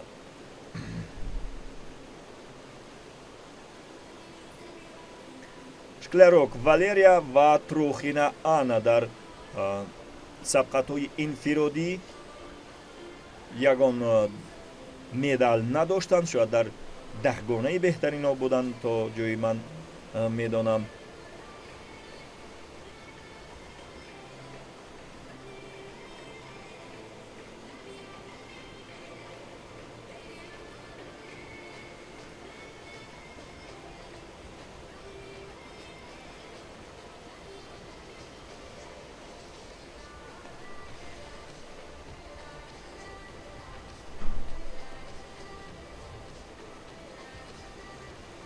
و باز هیئت دیگری بانوان به حرکت در آمدند. مخگلی و پالینا تحت رقم 224، شایدور و داریا و از فدراسیون روسیه هستند این دو نفر. چومگوکسونگ کاندا از تایلند تحت رقم 206 به سبقت آغاز کردند. یک برخورد از سوی ورزشگر بانو از فدراسیون روسیه مخگلی و پالینا علاکه اینجا صورت گرفت. با فکر مخگلینا پالی و باله مخگلی و پالینا علاکه صاحب یک نشانی مسابقه بین المللی تاجیکستان سلالوم اوپن در رشته همین کنوی یک نفره میانی بانوان هست. وای پس از نوشمارینه که علاکه صاحب 3 تا مدال طلا گردید در زینه دوم در سبقت های انفرادی قرار گرفته بود. همین بانویی که تحت رقم 224 هنرنمایی میکند علاکه در مسابقه بین المللی تاجیکستان سلالوم اوپن 2023. همین مخگلی و پالینا صاحب نشانی نقره یا زینه دوم افتخاری گردیده است. دسته های بانوان نسبت به دسته های مردان کمتر هستند در این رشته، چون رشته در حقیقت هم اکستریمالی دانسته می شود، ولی در خودی همون 50 کشوری که گفتیم سخت به این رشته ها پرداختند تعدادی بانوان نیز کم نیستند. تولای و داریا، بارکا و آلینا و بدناریوک، مارگاریتا حالا با سبقت آغاز کردن. 3 ورزشگر از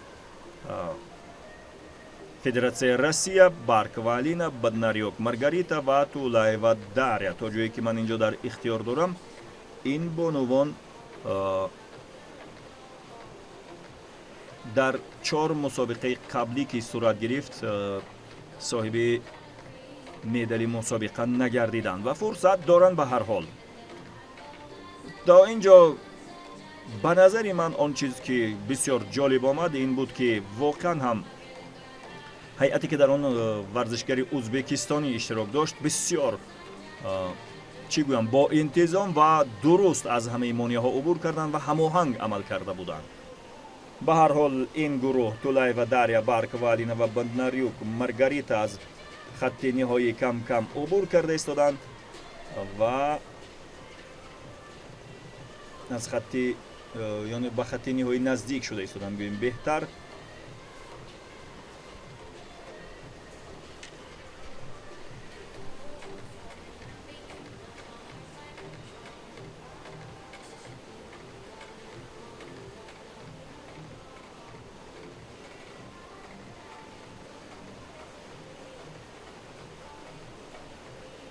умуман заврақҳое ки дар каноя истифода бурда мешаванд чи мардона чи занона ҳудудан аз 35 то 375 сантиметр дарозӣ ва бари 60 сантиметр доранд. Третьякова Светлана Николаева Екатерина аз Федератсияи Россия ва Фоменкова Александра ки дар сабқатҳои якнафарӣ ҳам иштирок карда буданд ҳоло ба нерӯсанҷӣ пардохтанд. аз миёни ин се нафар ҳам ман фикр намекунам касеро дошта бошем ки дар сабқатҳои қаблӣ соҳиби мақоми ифтихорӣ шуда бошад. На Третьякова Светлана, на Николаева Екатерина. умуман варзишгарбонии Ӯзбекистон ки сарозер шуда буд ва дар сабқатҳои қаблӣ натиҷаи начандон хубе дошт. ин охирин сабқат аст ва бояд қайд намоям ки Тоҷикистон бо сари баланд ин мусобиқаро пушти сар карда истодааст ва мизбонии бисёр хуберо пешкаш кард. гузашта аз ин ришта яке аз ҷанбаҳои асосияш ба ғайр аз ҷанбаи варзишӣ аст. ин ришта ҷалби яъне кӯмак ба соҳаи ҷаҳонгардӣ ё туризми ҳар кишвар мебошад, чун маъмулан дар ҷойҳое баргузор мешавад ки дарёҳои бисёр зебоӣ ҳастанд, минтақаҳои бисёр зебоӣ ҳастанд. худи об ҳар куҷое ҳаст, зебоӣ ҳам он ҷо ҳаст ва шукуфоӣ ҳам он ҷо ҳаст. табиат он ҷо зиндатар ҳаст. бинобар ин аксари кишварҳо ин риштаро барои муаррифии ватанашон ё худашон барои ҷаҳонгардони соири нуқоти ҷаҳон ин корро мекунанд. новиш Марина ки аллакай гуфтем соҳиби 3 медали тилло дар ин мусобиқа гардидааст бо ҳамроҳи Лагачова Таисия аз ҳамватанонаш ва Тараданова Влада аз Қазоқистон як бори дигар ба сабқат пардохт. 3 то медали тилло аллакай дорад ва биёд бибинем ки дар ин сабқат чӣ кор мекунад. оё аз метавонад боз як медали дигар ба даст биёварад ва серунвонтарин варзишгарбонуи умуман варзишгаре ки дар мусобиқаи байналмилалии Тоҷикистон Open Slalom ё Slalom Open 2023 хоҳад буд, зеро ҳеҷ кас аз ӯ бештар касби медалҳои мусобиқаро накардааст. новиш Марина ҳамин бону аст ки аз Нижний Тагил аст, агар хато накунам, аз ҳамон варзишгарони минтақаи Тагили Федератсияи Россия мебошад. ҳамчунон ин се нафарро барои мо нишон дода истоданд ва бинед ки аллакай новиш Марина аз хатти ниҳоӣ убур кард. эҳтимолан Лагачёв ҳам гузашт ва мемонад фақат Тараданова Влада. бале, Тараданова Влада ҳанӯз дар ҳаракат ҳаст.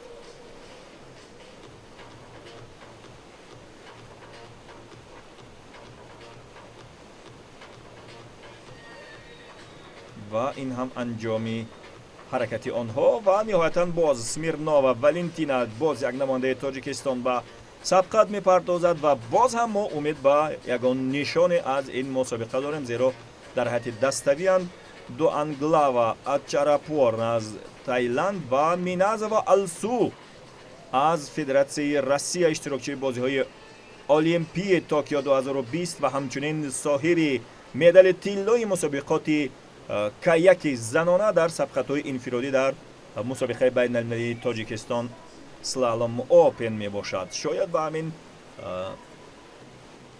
дастовардаш битавонад ин ду нафари дигарро аз Таиланд ва Тоҷикистон ба медал мерасанд, чун ҳайати даставӣ кори даставӣ аст, кори як нафар нест ва ҳамоҳанг бояд ҳаракат кунанд. умедворем ки дар ин ҷо соҳиби нишони дигар хоҳем шуд ва мо аллакай як нишон дорем дар ҳайати dastavӣ. Смирнова Валентина таҳти рақами 216 ҳунарнамоӣ дорад. аз он охир ӯро мо мебинем, яъне нафари тақрибан охир аст ки аз пайи Дуанглава اتچراپورن و مینازا و السو در حرکت هست.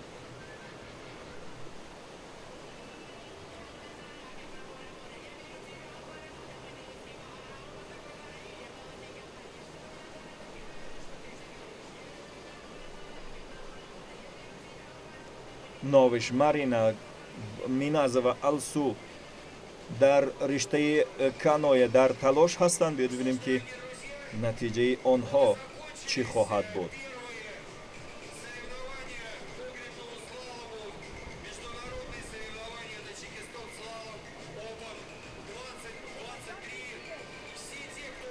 خب این گروه هم از خط نهایی عبور کرد و بیاید ببینیم که نتیجه هایی که به دست آوردن چیست. باز هم نوش مارین است و او واقعا هم یکی از پر امتیازترین و پر مدال ترین ورزشگری این سبقت های تاجیکستان سلالم اوپن 2023 گردید. لگاچووا تائیسیا و تارادانова ولاد از قزاقستان هم همچنین بله باز یک مدال دیگر برای تاجیکستان. سمیرنووا ولنتینا در زینه دوم افتخاری در حیات دستوی قرار گرفت و امیدواریم که با این دو مدال آینده این رشته برای مردم تاجیکستان و دوستداران این رشته در تاجیکستان امید بخش خواهد بود.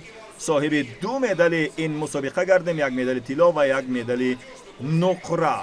و این هم لحظه های دیدنی از مسابقه تاجیکستان سلالم اوپن که به انجام میرسد و شام امروز در کاخ نوروز و در ایام نوروز برای غالبان این مسابقه مدال و نشان ها و تحفه های خاطروی تهیه خواهند شد و داده خواهند شد. امیدواریم که از تماشای این رشته جذاب و دیدنی و واقعا هم اکستریمیالی و پرشدت لذت برده باشد.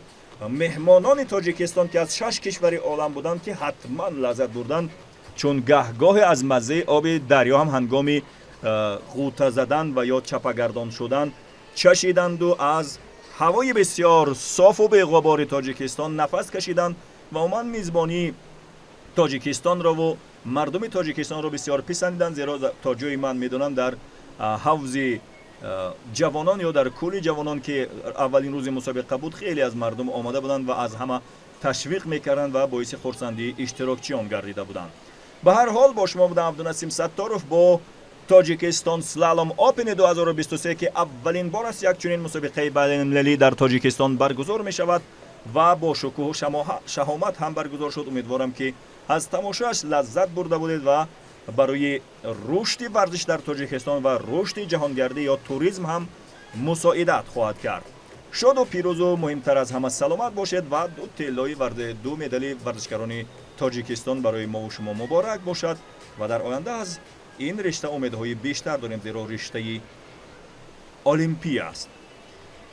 با تلویزیون ورزش میمونید، زیرا ورزش واقعا هم انتخاب زیرکان است و ورزش عموما سلامتی آور است و سلامتی بهترین نعمت است. با امید سلامتی شما خیر.